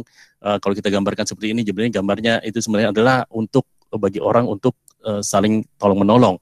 Karena kita kembalikan bahwa konsep dasar dari asuransi syariah itu sendiri adalah tolong menolong, ya kalau kita Indonesiakan, barangkali istilah yang paling populer atau yang biasa kita dengar adalah istilah gotong royong. Gotong royong itu tentunya menguatkan kita semua, yang kuat menolong yang lemah, yang sehat menolong yang sakit, kemudian yang mampu menolong yang kurang mampu, dan seterusnya dan seterusnya. Sehingga konsep kebersamaan ini tadi disebut juga oleh Pak Tony, yaitu kemaslahatan dan sebagainya, kita harapkan juga bisa kembali diutamanya di masa-masa pandemi seperti ini, di mana kita orang lebih banyak membantu dan melakukan yang istilahnya adalah kita sebut sebagai resharing, yaitu berbagi risiko. Karena konsepnya adalah tabaru, akadnya hibah, yaitu berupa donasi, maka insya Allah terbebas dari unsur-unsur seperti riba, maisir, dan goror. Sementara kalau di konvensional ini mekanismenya adalah pengalihan risiko, masuk ke akadnya berarti ada bully, lalu terjadi pertukaran antara premi dan klaim, ya, sehingga bisa jadi masuk ke dalam kategori riba, maisir, dan goror. Kesempatan ini juga barangkali perlu kita harapkan bahwa siapapun yang berpartisipasi di asuransi syariah, tujuannya adalah untuk berbagi risiko, bukan untuk mengalihkan risiko. Jadi kalau seandainya ada satu pihak yang merasa risikonya tinggi karena saat ini sedang adanya pandemi, adanya orang sudah katakanlah penghasilannya berkurang atau mungkin hilang, lalu mengalihkan risikonya kepada asuransi syariah, ini barangkali adalah masa yang tepat untuk kita mengembalikan konsep dasar dari asuransi syariah itu sendiri adalah risk-sharing, bukan menjadi pengalihan risiko. Karena yang menanggung atau yang saling melindungi itu sebenarnya adalah sesama peserta, bukan antara perusahaan asuransi syariah dengan pemegang polis. Tetapi yang terjadi adalah sesama peserta atau sesama pemegang polis itu melindungi satu sama lain. Dan yang terjadi adalah saat ini sebagian besar mungkin itu memandang kok asuransi syariah itu kok semacam seperti investasi. Apakah ini salah atau tidak? Kita tidak akan menelaah lebih jauh ke sana, tetapi konsep keseimbangan, karena kalau misalnya konsep perlindungan ini lebih memberikan masalah, lebih memberikan manfaat kepada yang lain, kalau investasi ini barangkali lebih mengarah kepada benefit perorangan. Dan ini adalah norma yang perlu kita jaga ketika terjadi musibah. Apakah kita istilahnya lebih banyak menolong atau kita justru menjual? Kalau kan seandainya pada saat pandemi seperti ini kita bisa mengembalikan norma-norma yang ada di asuransi syariah, yaitu berupa tadi yaitu saling tolong menolong, kemudian saling melindungi. Saya kira in the end hasilnya adalah akan terjadi masuk ke dalam benak masing-masing orang bahwa asuransi syariah itu memang hadir untuk memberikan maslahah. Sedikit, dan ini barangkali ini adalah yang pertama yang terjadi di tahap-tahap awal. Kita lihat adanya survival mode on, yaitu penyesuaian normal, tanda petik normal, yaitu kembali ke normal itu seperti apa, bahwa industri asuransi syariah itu sebagaimana aturan PSBB juga ya, semua berarti melakukan work from home, kemudian video call meeting, kemudian protokol kesehatan, physical distance dan sebagainya. Yang kedua, sudah mulai melakukan digitalisasi saluran pemasaran dan juga berusaha melakukan digitalisasi produk. Namun kedua hal ini, pemasaran non face to face dan juga polis elektronik ini masih terkendala karena memang terbentur baik di POJK, utama POJK 23 izin. Di sini ada beberapa dari OJK IKNB Syariah juga, saya lihat namanya tadi ada izin ini, tapi yang terjadi di lapangan adalah bahwa untuk digitalisasi untuk saluran pemasaran dan juga digitalisasi produk ini masih menghadapi kendala karena baik di POJK maupun di KUHD ini produk asuransi ini belum diperkenankan secara elektronik, semuanya itu masih bentuknya hard copy, fisik, dan bahkan tanda tangan basah. Ini barangkali menjadi challenge buat kita semua. Selanjutnya lagi, kalau kita sudah selesai, insya Allah, barangkali yang kita perlu kembalikan adalah value proposition daripada asuransi syariah itu sendiri, yaitu bisa mengembalikan konsep tabaru dan gotong royong. Lalu barangkali kita bisa masuk juga ke produk yang sosial, yang filantropik, berbagi, kemudian distribusi kesejahteraan bagi yang kurang mampu, tadi seperti bentuknya zakat, infak, sodako, bahkan juga wakaf. Yang terakhir barangkali adalah bagaimana ekosistem halal ini itu bisa kita jaga bersama, kerjasama sinergi antara asuransi syariah dengan bank syariah, kemudian ada pembiayaan syariah, barangkali dengan koperasi syariah atau dengan model venture syariah dan seterusnya. Yang terakhir juga ini juga dibutuhkan ada political will, fair treatment dan juga stimulus dan insentif. Saya agak percepat sedikit. Ini ekosistem halal yang kami lihat, yang kami mengetuk hati kepada para pemirsa sekalian. Seidealnya adalah kalau kita lihat misalkan yang ada di sini, apakah memang misalkan wisata halal sudah menjalankan atau menjaga ekosistem halal seperti ini, atau katakanlah apakah semua karyawan di lembaga keuangan syariah sudah menggunakan jasa di sesama lembaga keuangan syariah, wallahu a'lam bishawab. Tapi mudah-mudahan ini bisa mengetuk hati dan bisa menjaga ekosistem dan ini akan lebih sustain ke depannya. Yang berikutnya adalah fair treatment. Tadi di kami yang kita rasakan memang kalau seandainya secara awam, secara pemilik modal, apalagi di asuransi syariah ini juga sebagian besar pemodal asing, itu melihat bahwa kok di asuransi syariah kok jadi ada beban tambahan berupa Dewan Pengawas Syariah. Ini harapan kami ke depan juga barangkali bisa jadi pertimbangan supaya ada kesetaraan. Ini juga zakat juga tadi, kalau lembaga keuangan syariah mempunyai kewajiban untuk membayar zakat, pajak juga wajib, sehingga in the end ya tentu laba yang tadinya diterima oleh investor itu harusnya misalkan 100, maka berkurang mungkin barangkali 2,5%. Sehingga ini barangkali juga perlu fair treatment dan juga political will, bagaimana zakat yang kita bayarkan itu langsung menjadi pemotong pajak, bukan hanya sebagai pengurang atau sebagai biaya PTKP. Salah satu juga yang kami catat juga barangkali kalau negara mempunyai political will yang baik, barangkali juga bisa sukuk-sukuk itu kan tentu ada underlying asetnya dan seterusnya. Ini apakah sudah masuk jaminannya itu diasuransikan secara syariah? Negara sudah mulai mengasuransikan ABNN, asuransi barang milik negara. Namun sayangnya asuransi syariah belum kebagian dan belum diajak. Ini barangkali kita juga bisa mengetuk kembali kepada para pemangku kepentingan, kita ulang kembali bahwa insya Allah kalau misalnya memang ada aset-aset halal, ya tentunya harusnya berputar kembali di lingkungan yang halal juga. Satu lagi juga bahwa mengacu kepada Kenex ini bahwa ada keinginan negara untuk membentuk BUMN yang asuransi syariah, dan bank sendiri belum ada, asuransi juga belum ada. Ini barangkali bisa kita lihat, mudah-mudahan bisa semakin memfoster, mendorong pertumbuhan industri asuransi syariah itu sendiri. Ini ada data-data tambahan dan barangkali ini nanti bisa sebagai tambahan, masih ada sekitar 1-2 menit saya masih bisa bicara. Intinya adalah bahwa di antara semua yang kejadian ini adalah Indonesia ini adalah sebuah tempat, the land of opportunities. Ada semua, bicara tentang lembaga keuangan syariah, ada marketnya, ada populasinya, ada GDP-nya, dan ada regulasi dan fatwa yang mendukungnya. Ini jumlah populasi muslim kalau kita lihat dari 87% berarti sekitar 236 juta, sementara peserta asuransi syariah itu sendiri hanya sekitar 6 juta peserta, jauh sekali. Ini sungguh ironis, barangkali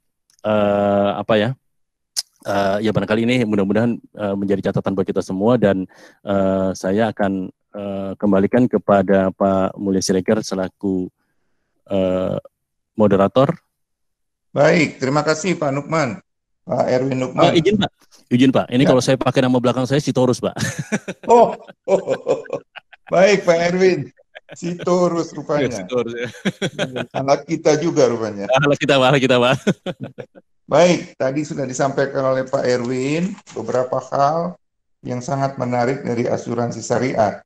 Yang paling menarik adalah dikatakan bahwasanya berkah di balik musibah bagi asuransi syariah. Setiap ada bencana, musibah, orang sadar bahwa dia butuh asuransi, khususnya asuransi syariah.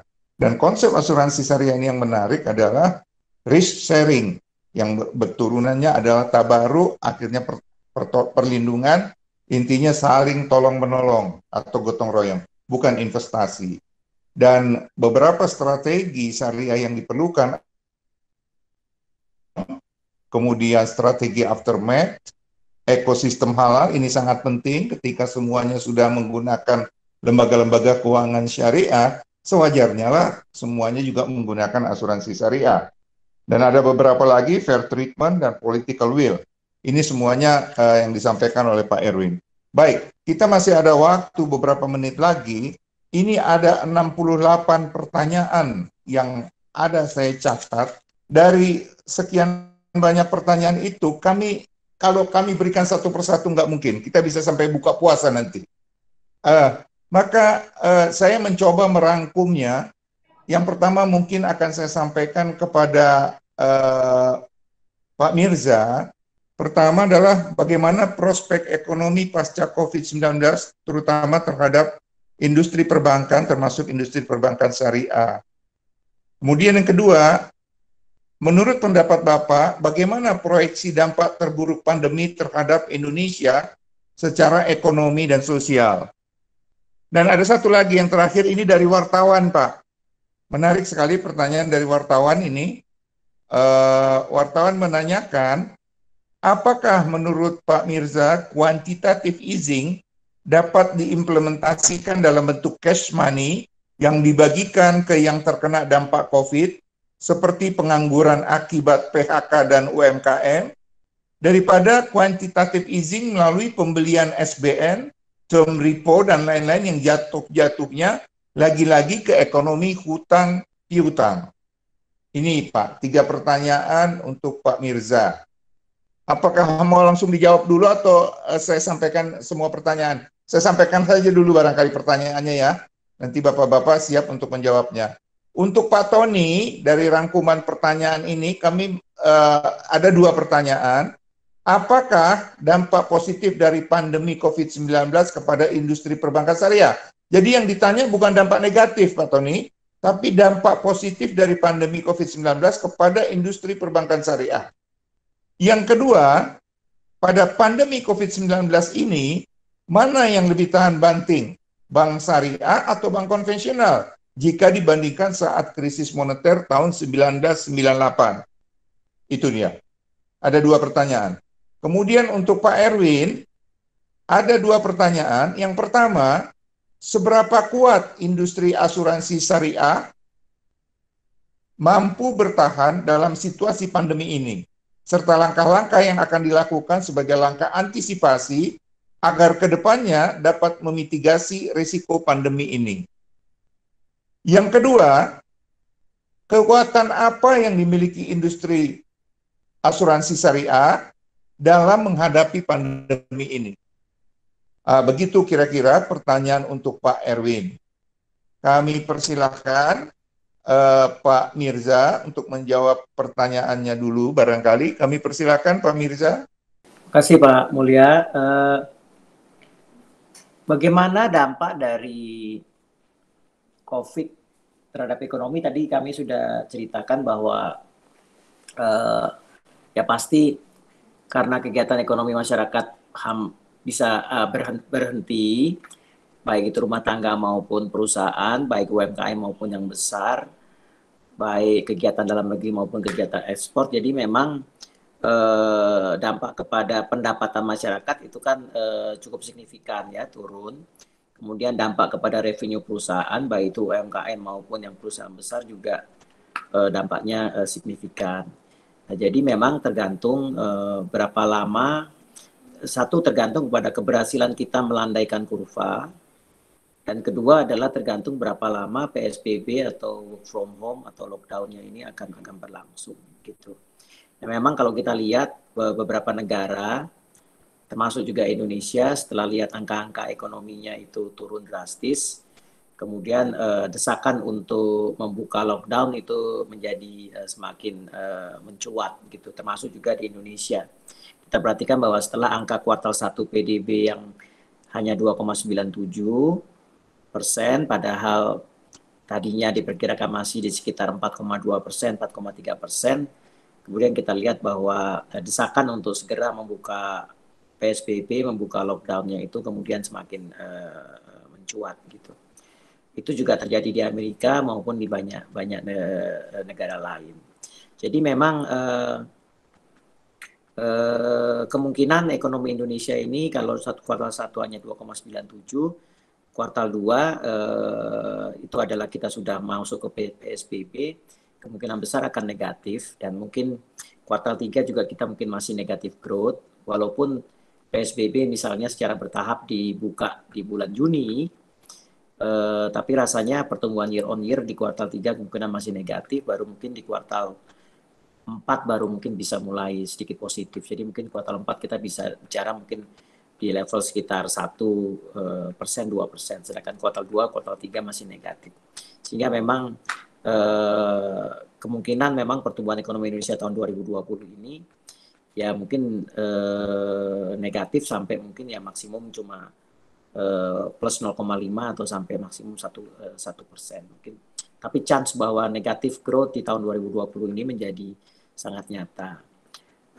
Kepada sektor keuangan, terutama perbankan, lembaga pembiayaan, ya pastinya karena pendapatan UMKM turun, pendapatan rumah tangga turun, pendapatan dari perusahaan menengah dan besar juga turun, memang risiko peningkatan NPL menjadi semakin nyata.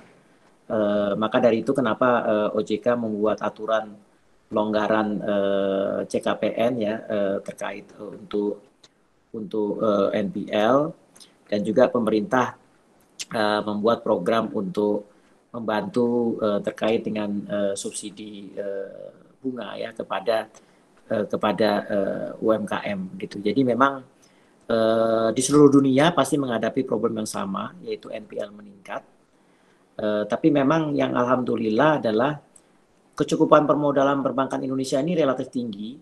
Di presentasi kami tunjukkan dengan capital adequacy ratio 22%, 23%. Maka kecukupan permodalan perbankan Indonesia, kalaupun ada NPL meningkat, ya itu kecukupan provisioningnya cukup tinggi dan kecukupan permodalannya cukup tinggi, sehingga relatif daya tahan perbankan Indonesia itu cukup baik gitu dibandingkan negara lain dengan capital adequacy ratio yang di bawah 15% gitu misalnya. Kita CAR-nya itu 22%, 23%. Mungkin itu Pak Mulya. Iya. Yang pertanyaan dari wartawan Pak, barangkali menurut itu, Bapak, iya. quantitative easing dapat diimplementasikan dalam bentuk cash money yang dibagikan ke yang terkena dampak COVID, seperti pengangguran akibat PHK dan UMKM, dibandingkan kalau quantitative easing itu untuk pembelian SBN tempo. Iya. Itu Pak barangkali yang dari Pak wartawan.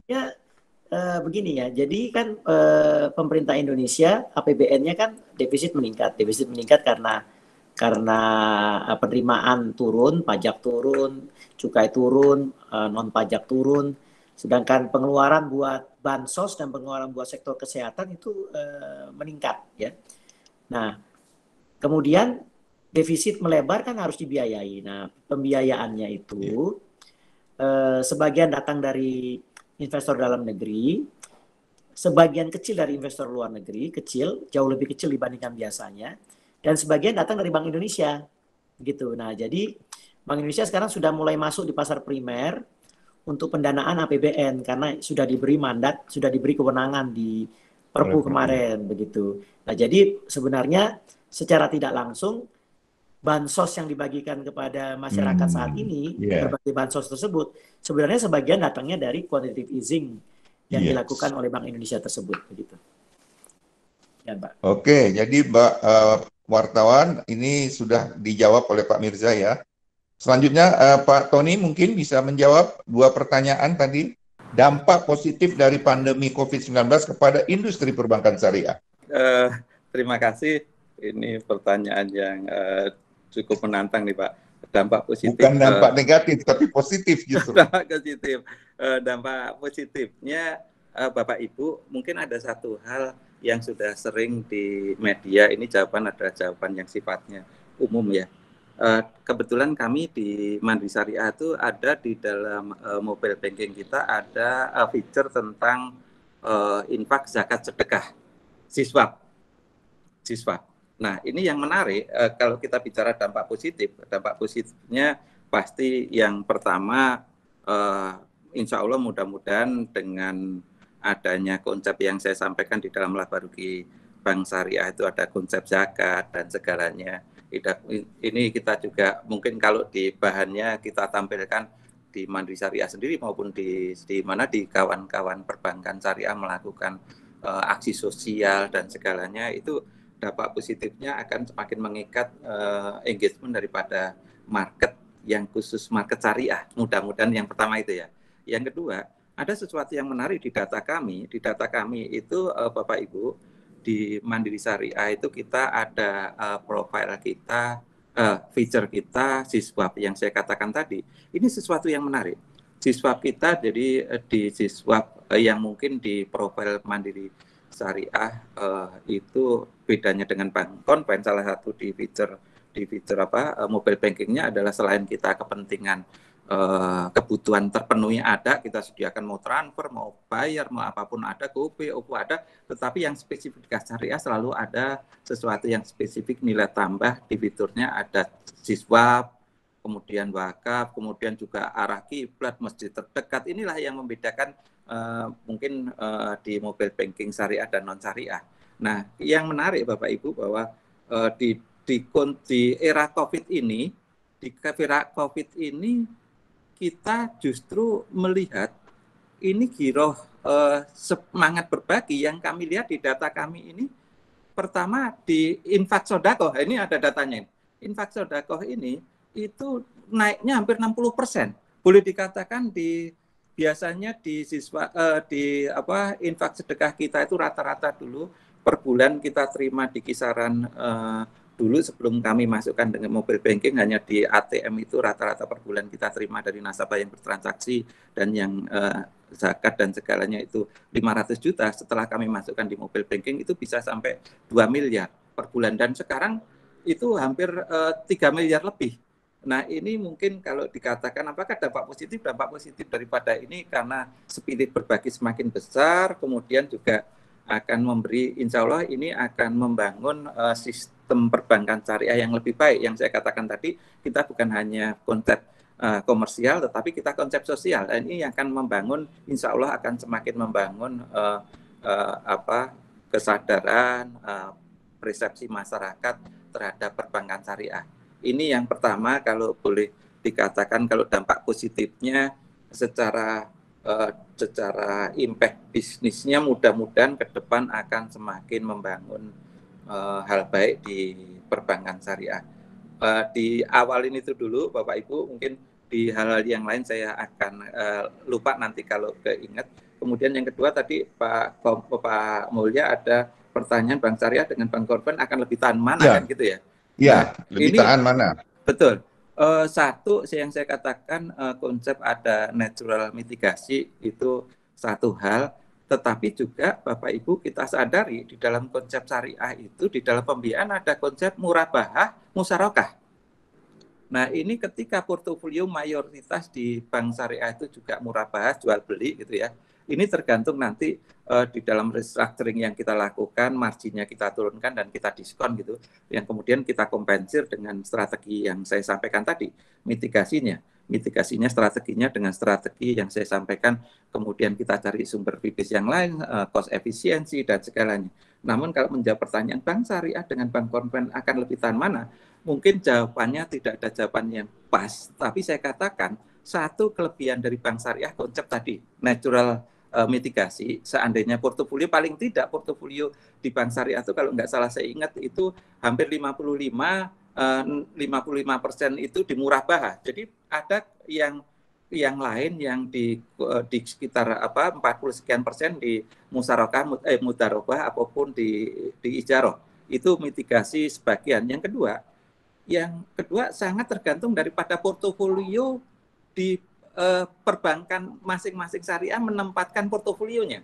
Ketika perbankan menempatkan portofolionya itu di sektor-sektor atau di industri, sektor ataupun target market atau segmen, ini sangat mempengaruhi Bapak Ibu. Jadi dikatakan apakah lebih tahan atau tidak, minimal ada natural mitigasi. Tetapi kedua sangat tergantung daripada portofolio masing-masing bank menempatkan portofolionya. Sebagai contoh, ini saya juga data dari perbankan. Ini menarik di sektor lain-lain di perbankan itu dibilang di bank syariah itu sektor lain-lain itu sekitar 40%. Kalau sektor lain-lain dikatakan itu adalah di luar artinya konsumtif, insya Allah kalau konsumtif itu sumbernya adalah fixed income itu akan aman. Tetapi ketika menempatkan portofolionya di sektor yang sangat kepengaruh adanya impact COVID, ya mau nggak mau harus menghadapi resiko terkait dengan revenue, restructuring, dan segalanya. Sehingga kalau dikatakan apakah bank syariah dibanding konven dalam kondisi COVID lebih tahan mana, minimal saya sampaikan minimal ada satu room yang mitigasi secara natural. Itu yang pertama. Yang kedua, sangat tergantung daripada portofolio daripada masing-masing bank menempatkan portofolionya selama ini. Kalau portofolionya selama ini kena di sektor UMKM, lebih banyak ke situ, ya mungkin akan lebih menghadapi tantangan gitu. Lebih menghadapi tantangan. Tinggal banknya memitigasinya di sektor di structure profit loss-nya dan mencari sumber penggantinya di sisi fixed atau apapun seperti apa. Itu Pak Mulya yang bisa saya sampaikan sehingga tidak ada jawaban yang paling pas di butir yang kedua ini gitu. Terima kasih. Baik, terima kasih Pak Tony. Selanjutnya Pak Erwin. Saya akan tampilkan kembali nih Pak slide saya Pak. Jadi tadi kalau kita lihat portofolio yang ada di industri asuransi syariah ini sendiri sebenarnya didominasi di sektor retail.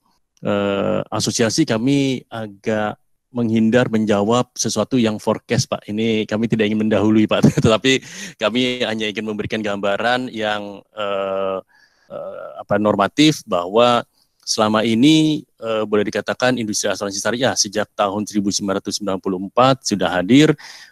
Kalau kita bicara walaupun secara legal entity-nya itu tanda petik ya Pak, baru diakui dengan adanya Undang-Undang 40 tahun 2014, secara umur berarti baru sekitar 6 tahun usianya. Jadi kalau status dulu zaman saya sekolah dulu barangkali ada sekolah yang waktu terdaftar, diakui dan disamakan, berarti disamakannya itu baru tahun 2014, jadi baru 4 tahun Pak. Jadi itu masih terlalu dini kalau kita menyebut berapa lama industri asuransi syariah ini akan bertahan. Tetapi barangkali ada hal yang penting di bulan Oktober, tanggal 17 Oktober tahun ini, itu ada kewajiban penyampaian rencana kerja pemisahan unit syariah.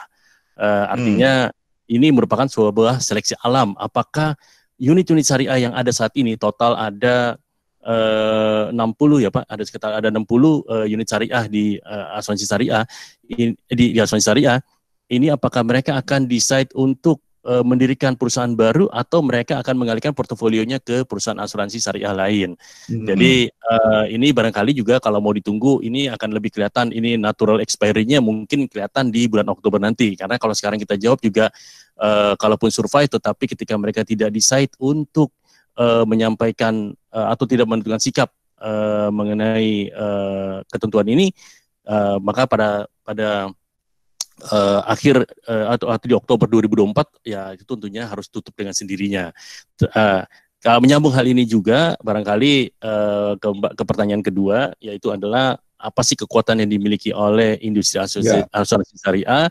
Itu memang konsep dasarnya memang adalah tolong menolong. Jadi kalau seandainya hilang konsep ini, kalau memang katakanlah ibaratnya the value proposition yaitu tabaru, tolong menolong, gotong royong ini hilang, hanya semata-mata bisnis, ya barangkali ini ya kalau kita bilang ibaratnya innama amalu biniat, ya ini berarti niatnya cuma bisnis, ya barangkali juga tidak akan sustain. Tetapi kalau kita niatnya kembali tadi untuk tujuannya membantu orang lain, berdonasi, bersedekah dan sebagainya, ini kan masuk ke sesuatu hal yang istilahnya menolak bala dan juga menjauhkan kita dari malapetaka. Ini tentu akan kembali kepada para pelaku dan juga pasar itu sendiri. Nah, kembali ke tadi, karena portofolio asuransi syariah ini masih didominasi di retail, walaupun retailnya itu retail ibaratnya link kepada pembiayaan maupun perbankan, ini maka dampaknya juga akan bergantung kepada industri lain, ya dalam hal ini juga perbankan syariah dan juga ke pembiayaan syariah. Kalau seandainya katakanlah perbankan syariah yang punya kewajiban untuk melakukan pemisahan unit syariah di tahun 2023 juga katakanlah redup misalkan, atau pembiayaan yang ya katakanlah mungkin tidak melanjutkan bisnis syariahnya, ini juga akan terdampak kepada kami. Di asuransi umum syariah ini kalau kita hitung sekitar 80% itu terkait dengan pembiayaan baik dari bank maupun dari pembiayaan syariah. Kalau di asuransi jiwa memang lebih didominasi dari kekuatan agen. Nah tadi salah satu kekuatan yang kita punya sekitar 330.000 agen asuransi syariah yang sudah tersertifikasi, dan ini kelihatannya akan bertambah jumlahnya, dan ini menjadi salah satu kekuatan yang bisa masuk ke grassroots. Artinya karena pendekatan masih face to personal, ini memang agak terganggu dengan adanya masa pandemi di mana masing-masing orang atau agen itu tidak bisa melakukan ibaratnya pemasaran melalui tatap muka karena memang masih terhalang di ketentuan. Tapi kalau memang diperkenankan, saya kira ini akan kembali menggelorakan kembali industri asuransi syariah. Mudah-mudahan itu bisa menjawab Pak pertanyaan-pertanyaan tadi terkait asuransi syariah. Terima kasih Pak Erwin. Jadi intinya adalah kekuatannya sebetulnya value proposition-nya ya Pak ya, yaitu tolong menolong tadi, tabaru itu. Kalau ya, Pak, tidak ada tabaru ya akan tiada bedanya dengan yang konvensional akhirnya kan. Ya, baik Pak. Pertama-tama kami ucapkan kepada Pak Mirza, Pak Tony dan Pak Erwin terima kasih atas kesediaannya sebagai pembicara dan narasumber pada hari ini. Terima kasih kepada para peserta dari berbagai macam lembaga. Wassalamualaikum warahmatullahi wabarakatuh.